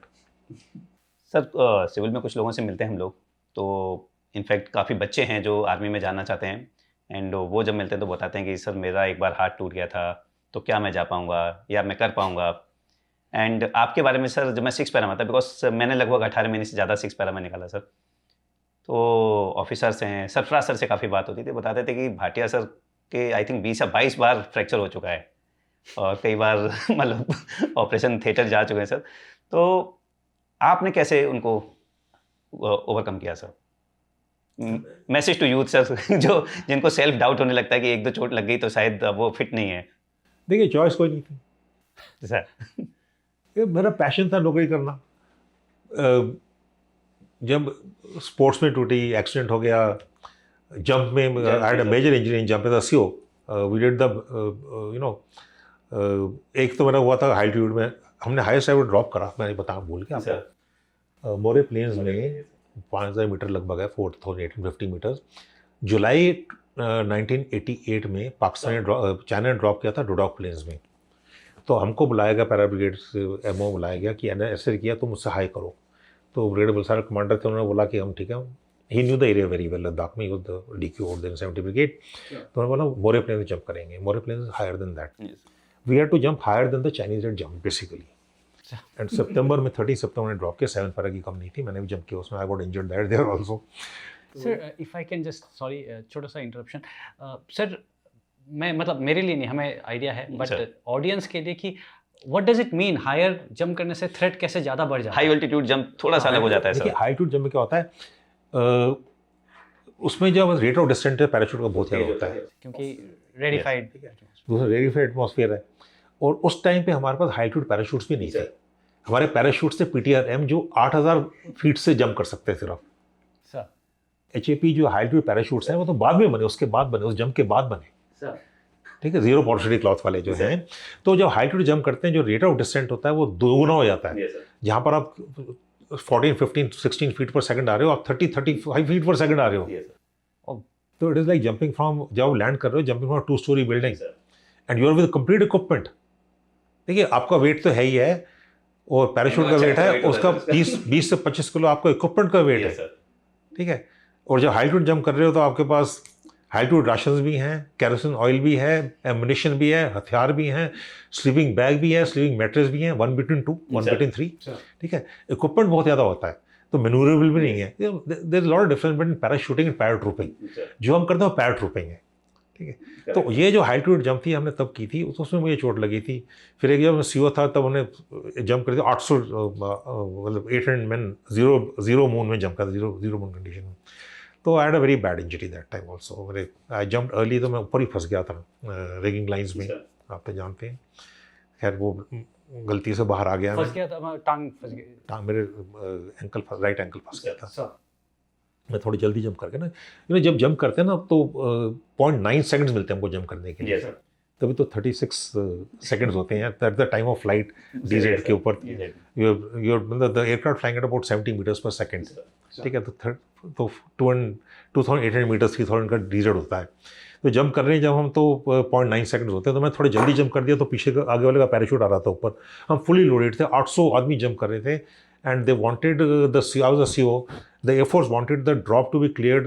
पहले सबसे पहले हम jump किया कि DZ clear है, तब वो बाकी ड्रॉप करेंगे। We drop 4 BMPs, we drop 10 ATGMs, we drop 6 guns, 4 FATs, heavy drop पूरा किया था हमने। 36 एयरक्राफ्ट थे जंप के लिए, तो very major accident. 36 aircraft. 36 aircraft. और आप बताया था आपने जब एग्जिट किया तो सामने वाले के सामने रिगिंग लाइन जो उसके स्टैटिक लाइन ऊपर आ रही थी वो मेरे पैरों में फंस गई, कि मैं थोड़ी जल्दी जंप कर दिया एयरक्राफ्ट में ही सर? एयरक्राफ्ट में, एयरक्राफ्ट जंप करने के बाहर। हाँ। तो वो उससे मेरी टांग जो है ऐसे मुड़ गई पूरी 180 डिग्रीज। मैं सर ऑडियंस को एक बार समझाना चाहता हूँ क्योंकि उनको नहीं पता होगा। सो आप जब जंप कर रहे हैं तो आपका स्टैटिक लाइन अटैच होता है, और जैसे पैराशूट पर जंप करता है उसके पैराशूट को निकाल करके डिस्कनेक्ट करता है, और वो एयरक्राफ्ट से जोड़ता रहता है स्टैटिक लाइन। और नहीं, अच्छा उसमें नहीं सर, सामने वाले स्टैटिक लाइन में नहीं, स्टैटिक लाइन में जो उसकी आगे वाली स्टैटिक लाइन जब आई ऊपर था, ऊपर आती ना, ये सर, तो मैं नीचे आ रहा था, वो ऊपर आ रही थी, वो ऊपर आए थे और वहीं पे आपको लग गया सर? वहीं लग गई। फिर मैंने एक पैर पे मैंने लैंड किया और एक्सरसाइज भी कंडक्ट करी। और वो अगर आपके फंस जाता तो आप वो नहीं, वो तो फिर वहीं एयरक्राफ्ट के साथ ही हैंग हो जाते सर। हैंग हो हैंग नहीं होता, हैंग मतलब वो तो खत्म हो जाता था। फिर तो कहानी खत्म हो गई थी। I got saved by the spirit, I suppose inches. मतलब फ्रैक्चर बेहतर है उससे। बल्कि तब मुझे बोला गया था कि you may not even walk properly in life. Yes, we wanted to know sir. हाँ, उसके बाद सर जो क्वेश्चन पूछा, ठीक है, फौज बहुत बढ़िया है। We had about 18 casualties. अगले दिन सुबह फर्स्ट लाइट पे हेलीकॉप्टर आया, कोर कमांडर थे जनरल विजय ओबराय जी, अभी रिसेंटली ही was the corps commander, he himself मतलब उनके लाइक ना। यस। तो वो लैंड करा, उन्होंने कहते क्या हुआ, ये हुआ, कहते मेरे हेलीकॉप्टर इवैक्यूएट करो। मैं कहा हमारे इवैक्यूएशन आ रहे हैं, कहते नहीं। He evacuated one helicopter to Bikaner, in Bikaner me and other this thing, वहाँ पर उन्होंने ऑपरेट करके मेरी टांग सीधी करी।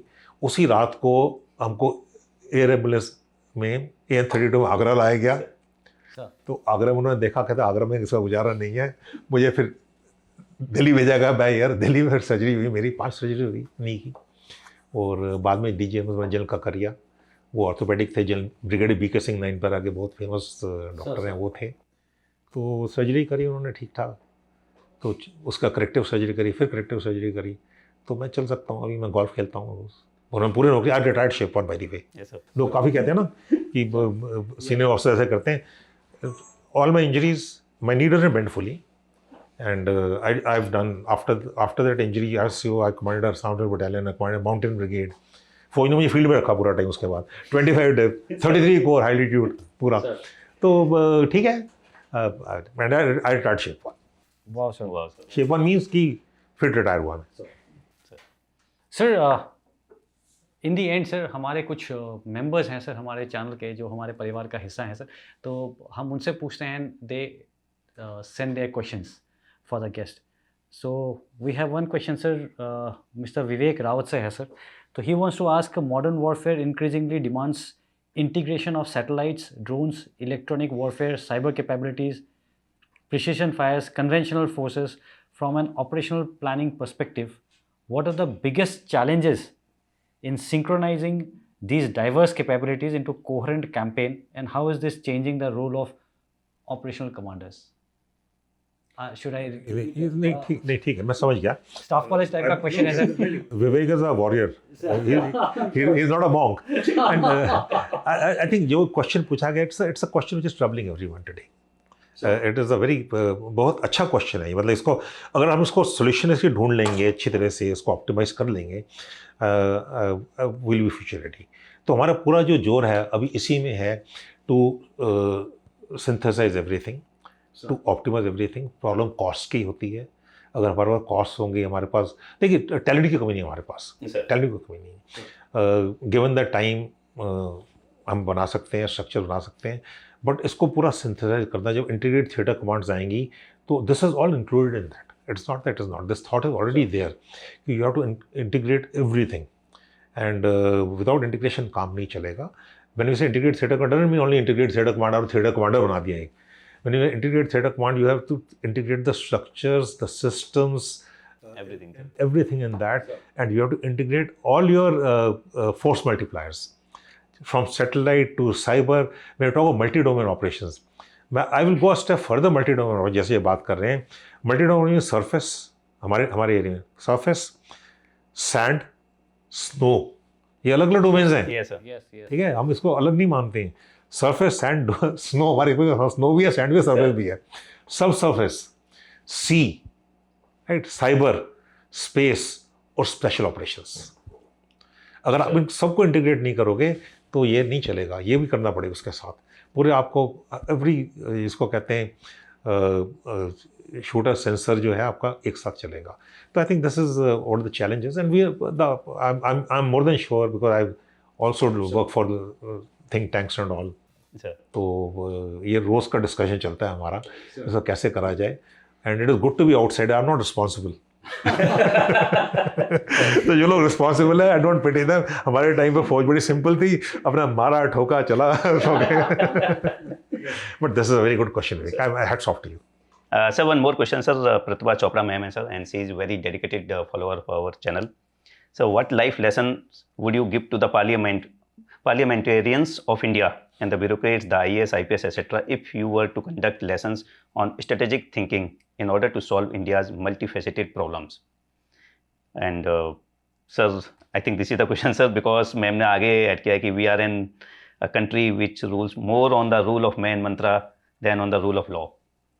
देखिए इन द एंड हमारा नेशनल एम क्या है that's what she is trying to say ना हमारा नेशनल एम है to transform India to a modern prosperous and secure nation ठीक है तो हमारा जो काम है वो सिक्योर का है मॉडर्न और प्रॉस्परस इकोनॉमिस्ट हैं ये है aim is wellbeing of 1.44 billion people how do you achieve that and unfortunately हमारे जो स्ट्रक्चर्स हैं हमारा एजुकेशन सिस्टम है that needs to change character building has to happen ठीक है तो वो कैसे होगा वो मुझे you know NCC is one of that वहाँ से शुरू करना पड़ेगा आपको I think sir school are the best schools are the best शुरुआत हो सकती है सर यू नो एनईपी बनाया है मुझे नहीं पता मैं तो ग्रैंड चिल्ड्रन है अभी बट मैं सोचता हूँ जो उन्होंने बोला है that is what the country needs to do actually you know parliamentarians are they are the law makers actually but we are responsible to electing them मतलब we can't keep on blaming them उनके बहुत सारे बहुत अच्छे भी हैं मैं ये कहता बट जनरल आइडिया जनरल जो फील है हमारा वो काम नहीं करते नहीं काम करते हैं वो वो काम करते हैं. Unfortunately, we are still a young nation. 75 years is a young nation. Yes. It's not an old nation. धीरे धीरे डेवलप हो रहे हैं. हमने तो देखा है ना, हमने तो वो दिन देखे हुए हैं जहाँ बच्चे जहाँ भी लाइन लगते हैं हम लाइन में लग जाते थे. वहाँ बोलते लाइन में लग जाए भैया, कुछ ना कुछ मिल रहा होगा वहाँ पर. Correct, sir. PL 480, Public Law 480, when wheat used to come from the US, but that was free wheat coming, but we had to pay for the shipping. तो उनकी शिपिंग इंडस्ट्री होगी. ठीक. We have seen those times जब everything, गर्मियों में पनीर नहीं मिलता था, मिठाई नहीं मिलती थी, दूध नहीं होता था. Then Korean started off that. तो we are growing actually today. We are growing. So give it a time. I suppose but parliament, yes, we have to have law makers who have the trust of the people, the nation, and they'll do it. And secondly, sir, मेरे को लगता है कि government तो काफ़ी कुछ कर रही है. अगर हम रोड्स देखें, इंफ्रा देखें, या जैसे मेट्रोज देखें, but are we responsible citizen? अगर आप कहीं पे भी जाएंगे तो हमको भी उतना ही जिम्मेदारी लेनी पड़ेगी जितना हम सामने वाले से एक्सपेक्ट कर रहे हैं, सर. देखिए ऐसा है, मैं सीधी बात करता हूँ. ब्रिटिश आए, सर, ठीक है, और जो रूल तोड़ता था ना वो हीरो बन जाता था. ब्रिटिश के अगेंस्ट हम वही कर रहे हैं. Rules are meant to be broken. Rules we don't follow. आप रोड पे चले जाओ, स्वच्छ भारत, मेरा भारत कहाँ से स्वच्छ हो गया जी? हमारे प्राइम मिनिस्टर ने बोला स्वच्छ भारत रखो. मुझे तो गंदगी हर जगह नजर आती है. स्वच्छ वो थोड़ी कोई करेगा बाहर से आकर, मुझे खुद करना पड़ेगा ना. हम स्कूल्स में सिखाते हैं, स्कूल में चले जाओ, बाहर गंद पड़ा हुआ है, क्यों नहीं करते? हॉस्पिटल चले जाओ, बाहर गंद पड़ा हुआ है. रोड पे चले जाओ, जो देखो वो अपना दरवाजा खोल के को थूक रहा है वहाँ पर. So we should count on very heavily on them. Have fines. किसने मना किया? कैमरे लगे हर एक जगह. Yes. सर, करो, उसको इम्प्लीमेंट करो. We have to build character actually. Let me also be good to China. Great wall of China is the longest wall. 25,000 kilometre की वॉल है वो. Yes. तो उन्होंने वो ग्रेट वॉल ऑफ चाइना बना दी कि अटैकर कोई ना आए. अटैकर्स ने क्या किया? They bribe the Yes. Sentries and entered. Great wall of China खत्म हो गई. What did the Chinese learn from that? Chinese learned that it is not the wall that protects you, it is the character that protects you. They started building character of people. It's a fact. Sir, ठीक है. I'm a China fan. मैं man नहीं हूँ, मैं China fan हूँ. उनके systems देखो आप, वो कहाँ, वी आर कॉन्जॉइंटेड बर्थ. एक साथ हमारा वो 49 और 47 वाले हैं, वो कहाँ पहुँच गए, आज हम कहाँ हैं. हम भी कर सकते हैं. हम पॉपुलेशन की बात करते हैं, उनकी पॉपुलेशन हमारे बहुत बराबर है. ठीक है. तो करेक्टर बिल्डिंग करनी चाहिए. करेक्टर बिल्डिंग कहाँ से होगी? स्कूल से होगी, एजुकेशन से होगी, घर से होगी. मैं घर अपना साफ रखता हूँ, सब कुछ उठा के बाहर फेंक देता हूँ. सॉरी, मतलब लंबे जा रहा हूँ. तो ये जो आप बोल रहे हैं बिल्कुल ठीक बोल रहे हैं आप, तो मैं इसमें लंबा नहीं जाऊँगा. But we have to look at systems. NCC करो आप स्कूल में कंपलसरी. स्कूल का एजुकेशन ठीक करो आप, वहाँ से शुरू करो, ग्रास रूट लेवल से. Wow, sir, what a lesson actually. जो आपने बोला कि कैरेक्टर बिल्डिंग वाला, this is seriously very serious. Army क्यों काम कर रही है? फौज क्यों काम कर रही है? Yes sir. करेक्ट. अगर आप बॉक्सिंग में अगर आप हार जाओगे कोई बात नहीं है, लेकिन आप अपना टॉवल फेंक दोगे, गोल हो गया, आपको लंगर में नहीं घुसने देंगे खाने के लिए. Yes sir. क्यों? करेक्टर है. Because character is to fight, not to win also, but to fight. Fight. तो वी डोंट ट्राई इनफ. मैं अपने लिए सब कुछ करूँगा, नेबर को बोलूँगा यार तू गंद बचा, तो वो गलत बात है. Thank you so much, sir. Really enjoyed आपके साथ interaction, sir, and will wish you good health, sir. And this is really, I'm sure the audience is also going to love it, sir. Thank you so much for. Thank you very much, and to the monks and warriors, both of you, thank you very much indeed. मुझे बहुत अच्छा लगा, आज दिल से बात करिए, खुल के बात करिए, और होपफुली आपके जो व्यूअर्स हैं, लिसनर्स हैं, उनको मेरी तरफ से जय हिंद, and God bless you all. Thank you sir. जय Hind sir. And wish you success, wish you happiness. Thank you so much.